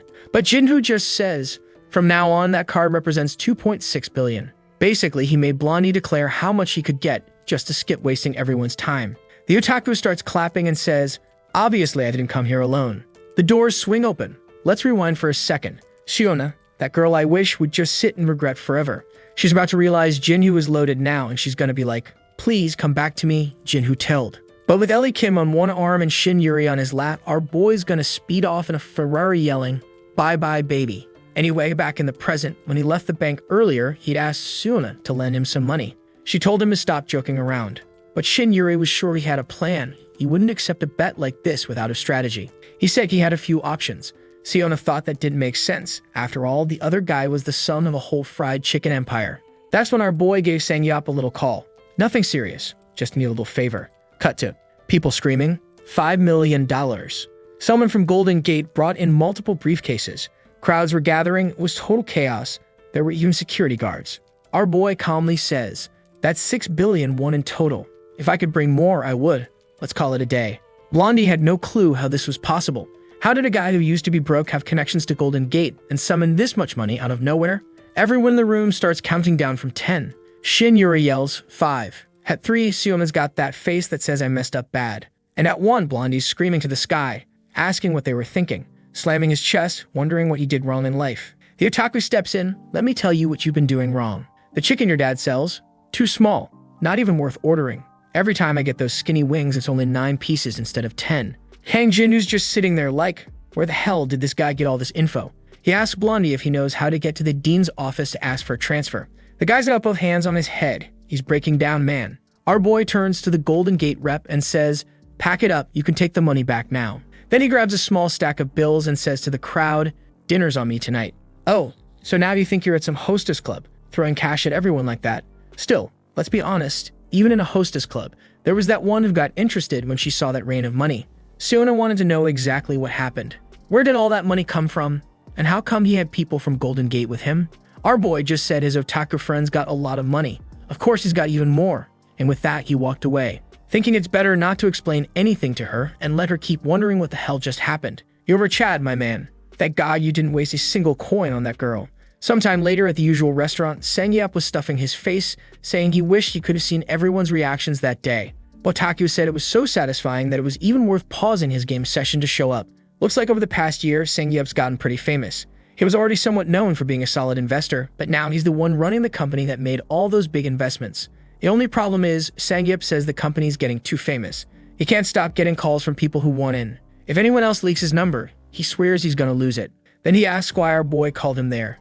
Jinhyu says he just missed him. He pours him a shot of soju and says he's been looking at the economic indicators and he's got a bad feeling. Sangyap asks for an explanation, but our boy just says long-term startups might hold steady, but keep your eyes open, because when he gives the signal, everything has to be sold and turned into cash. It's been 15 days since the semester started, and thanks to Yuri, he's adjusted smoothly. But obviously, ever since he pulled up with a suitcase full of cash, everyone's been staring at him. Even that weird girl with beard hair bangs was saying how cool he looked now. Suddenly, he's her type. She elbows him, saying she's always liked him ever since they met in the early days. She asks if he wants to grab a coffee. He says he stopped drinking coffee, it's bad for you. Then she asks if he wants to grab food. He says he doesn't eat anymore. Then he raises his hand and asks why she's acting like this. She could just be herself. But as he leaves, she crosses her arms and says that eventually he'll fall for her charm. Then our boy heads to his car. Yup, the man pulled up in a Lamborghini.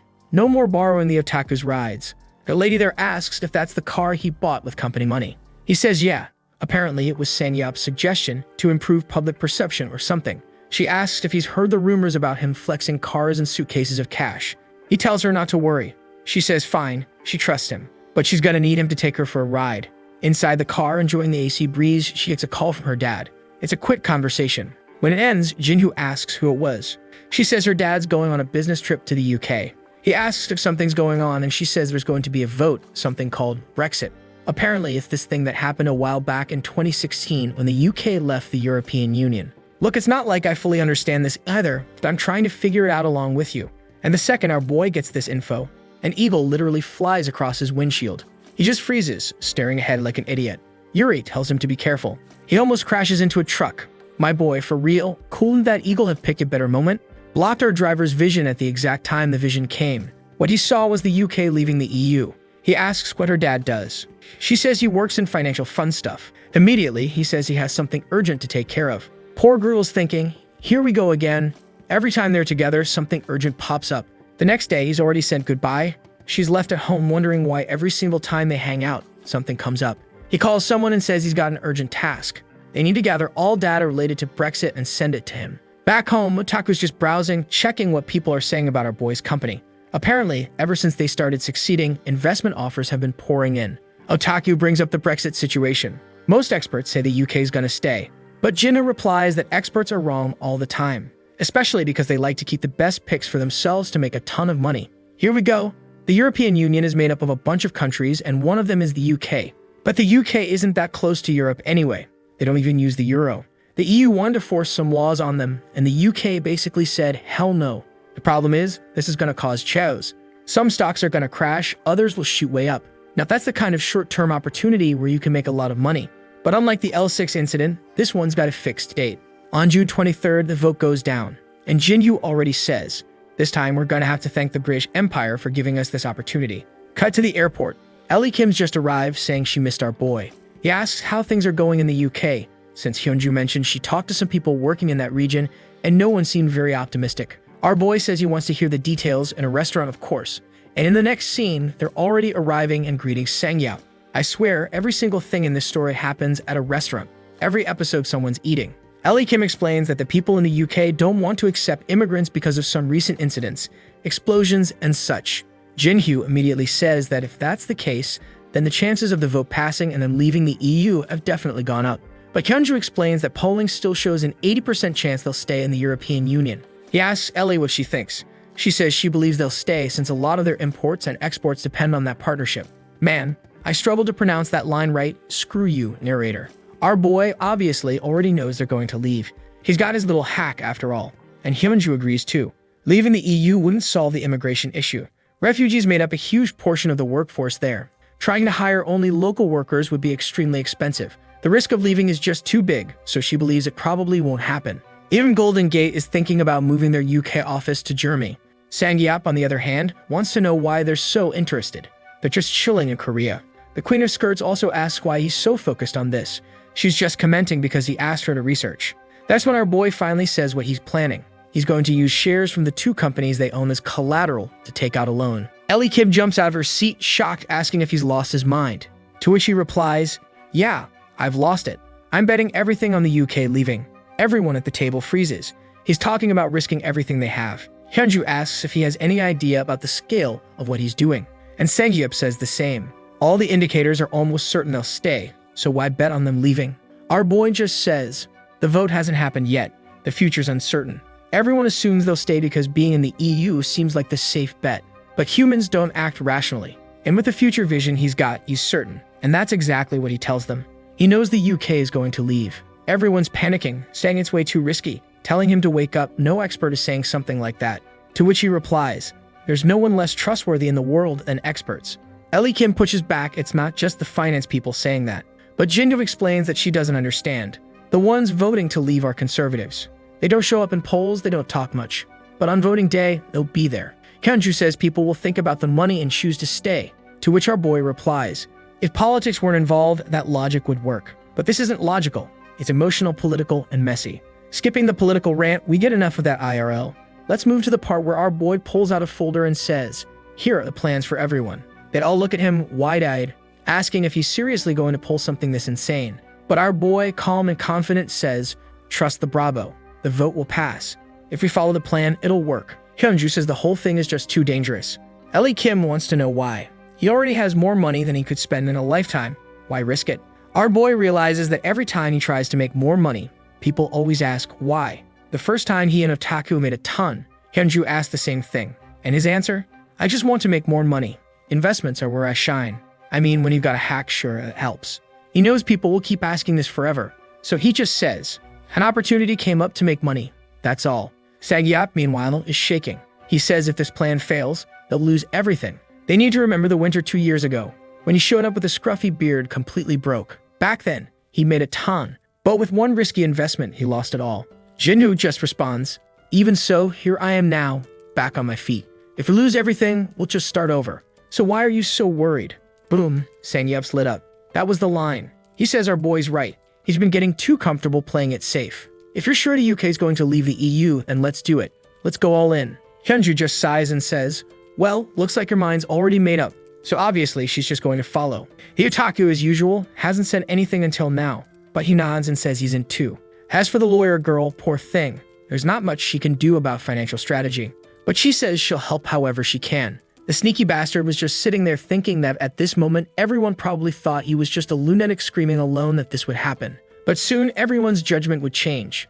And since everyone had agreed, he said, it's time to make some money. Kind of a weird line out of context, but hey, it's the money signal. Man, the image quality dropped hard here, but hang in there. He gets better. Over in the UK, in the financial markets currency exchange division, people were checking out something. Okay. Turns out they had borrowed a $10 billion investment. Yeah, dollars, not one. The name UGTK was well known, and the staff quickly recognized it as that same company from the exploding smartphone scandal. Apparently, they were now investing in Forex, buying one country's currency, selling another, and profiting off the fluctuation. They were setting up a play that could yield 10x returns, $100 billion. In the risk management room, everyone was staring at the screens. The maniacs from OTK were dumping huge amounts of cash. As far as they knew, those guys were just investing in startups before. So why were they suddenly back at it with this level of madness? One of the nerds said something was off. He wanted to understand what they were aiming for. Thankfully, we've got the Otaku to explain things simply. With $1, you buy 2,000 Korean won. Then with 2,000 won, you can buy $2. But if the won weakens and drops in value, now that same dollar can get you 4,000 won. So they're betting that kind of devaluation will happen. Our boy then tells a big story about George Soros. Yeah, I know he's rich, but I don't know who he is. Basically, a guy who pulled the same move, betting against a country's currency. And now it seems our boys want to do the same. We get that scale balance image, red side representing our guys buying tons of currency, betting the British pound will crash. The entire financial market, though, believes the opposite. So basically, this is OT versus everyone. The Otaku says it's way too risky. At least Soros was going against one country. You're going against the world. But Jinwoo says it's fine. They just have to hold the position until the vote. When the results come out, they'll win. Back at college, some guys invite our boy out for drinks. They tell him he should make more friends, maybe meet the former Sangyap, who now works at Company K, which is huge. Little do they know, our boy is the CEO. He just waves goodbye, thanks them for the invite, and says he's got some things to take care of. They wonder if he's dating someone. His phone hasn't stopped ringing. But our boy is walking with hands trembling, because that guy from Golden Gate, Chase, is calling. Chase wants to know what the hell kind of game he's playing in the foreign market. Our boy jokes that the rumors spread fast. Chase says he's sure Jinwoo is a great investor, but this time he's making a painfully obvious mistake. No one's going to back you up, he says. You should stop while you still can. He wasn't even saying this as a business partner, he was saying it as a colleague. Our boy's more impressed that Chase, the legendary investor, called him a colleague. He thanks him for the kind words and says one thing. He intends to see this through. Everyone will understand when the results come in. Looks like Chase saw something wild on his screen. He froze in shock. Our boy ends the call with, it's best not to bet against me. And he's right. Dude's got future vision. Chase is speechless, just quietly wishing him good luck. Then he calls the British division and tells them the results might be unexpected. Better wait and see before making any moves. Over at Sangyup's office, John, the new assistant, says he sorted out all the paperwork. Sangyup asks what he thinks. Jung says he thinks they're doing something insane, but then shuts the door, saying he trusts them. He doesn't want to lose his job.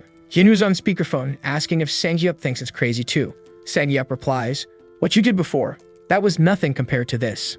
They were betting 1.1 trillion won on a single click. Jinwoo says everything will work out. Sang-yup agrees, but he's shaking so bad he might crap himself. Then the big day arrives. The vote. Journalists are saying way more people are showing up than expected. Early results are saying 60-40 in favor of staying in the EU, which means they're losing. Otaku is having a meltdown, but Jinwoo tells him to calm down. You never know until all the votes are counted. The problem? There are still 7 hours left, and now he's starting to wonder, did the vision change this time? He stands up and says he's heading to class. Otaku is speechless, but Jinwoo just says, the results won't change either way. The Otaku says fine, but he's staying put. His whole life is on the line. Our boy reflects that even knowing about his powers, his friends still felt fear. It was like relying on a single spark of light at the end of a tunnel. Maybe he really was walking straight into the abyss this time, and he'd lose everything. But before he left, the Otaku asked him to promise something. If they lost everything on every payday, he'd owe him a beer and a skewer. Jinwoo told him to stop being ridiculous, but Otaku just said, promise. So our boy agreed. He'd buy him 2 cans of beer. Otaku grinned and said, deal. At university, he arrives, and as always, Shin Yuri magically finds him. She says she's exhausted since she stayed up all night watching the vote and overslept. Our boy, too, barely slept at all. Walking through the halls, nearly holding hands, they spot the clown couple.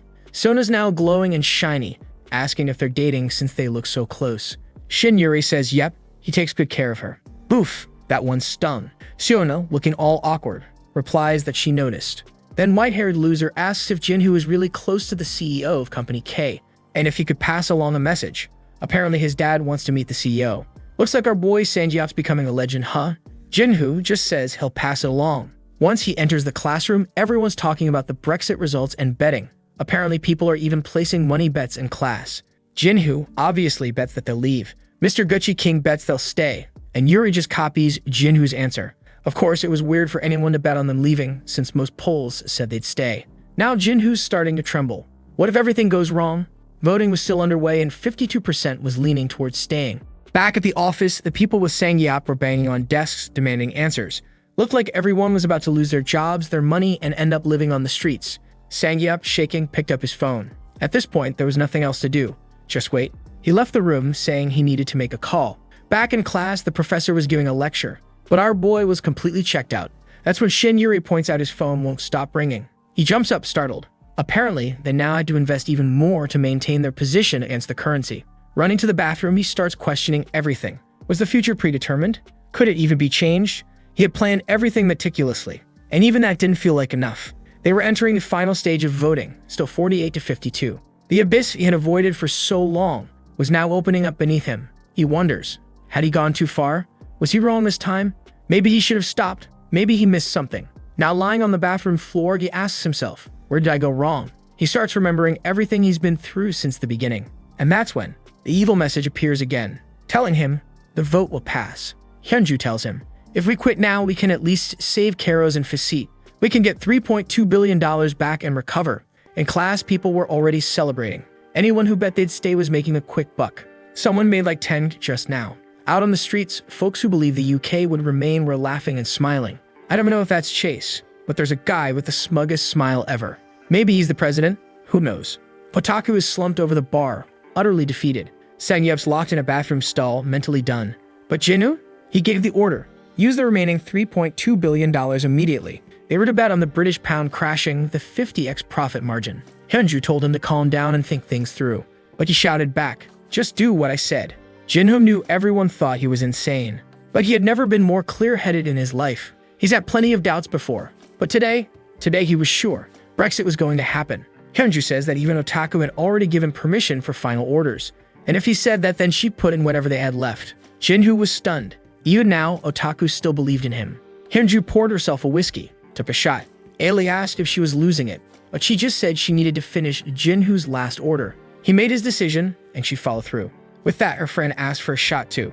Someone still tried to convince Jinwoo to stop. Things weren't looking good. But Jinwoo just said, it's too late. He had already put everything, every cent, back into the market. Anything left, keep buying, as if your life depends on it. Sang-yuap, crying in the bathroom, said his life does depend on it. He begged Jinwoo, If we go broke and I ever get rich again, please hire me from the streets. Jinhu said not to worry. If he ever made it back to the top, Sangyap would be the first person he hired. Sangyap said thanks. Meanwhile, all of Europe was celebrating. Everyone was saying, the UK and Europe are one. The vote was nearing its end. Out on the streets, the crowds cheered. Back at the European financial sector, the investors were watching, completely stunned. One of the analysts at his computer says the maniacs from OTE are still going with the same strategy to the very end. The suit on the left says it must be their final desperate attempt, but soon they'll be completely annihilated. It was clear. The biggest victims in all this would be the employees left bankrupt. Back in the university bathroom, Jinhu's still wondering, did he make the right choice? Maybe that last vision was just a hallucination. Maybe they never should have bet the whole company against the entire world. The poor guy couldn't even breathe. He didn't have the courage to check the results. All he could hear was Sangyup crying in the background, until someone said, it's over. When he looked up, it was Shiono walking by saying class had ended. She asked what he was doing there. He said he didn't even know. She started to walk away, then paused, came back and said, you won. He blinked. What? You won the bet we made in class. In the end, the vote flipped. The UK left the European Union. Jinhu asked her to repeat that. Meanwhile, back in the UK, everyone was frozen in shock, staring at their covered cards. No one believed the results. Even the news anchors were silent. The whole world had stopped. And obviously, the Otaku was already popping champagne, screaming, we did it. Everywhere, people were running around in a frenzy, trying to figure out how they'd survive this. Everyone who had been buying British currency was now desperately trying to sell it. And the only ones who bet against it, Otaku, an old finance guy in Europe, muttered, it's the George Soros play all over again. Suddenly, all orders started triggering. The financial balance shattered. One guy was panicking, begging, please, stop the selling. Back at the university, Suina asks what's wrong. He just stands up and says, nothing, and thanks her. On the street, while everyone else was in chaos, our boy walked calmly. Tons of messages started pouring in. He turned his phone off. He went to a phone booth and called his mom. She asked why he wasn't calling from his phone. He just said, I missed you. Moments earlier, over at Company K, everyone had been sure they were bankrupt. The only question was, where would they apply for jobs tomorrow? Even Sangyap had lost it, practically foaming at the mouth. No one understood why anyone would bet the entire company on international markets. Then the final result came in. 51.89%. They won. Within seconds, Sangyup called out to his assistant, buy that building on Taehan Street, the most luxurious spot in all of Korea. From now on, they were at the top of the financial world. Jung, stunned, could only think, I just witnessed a 1.1 trillion won bet succeed. And he shouted, from this day on, I dedicate my life to you.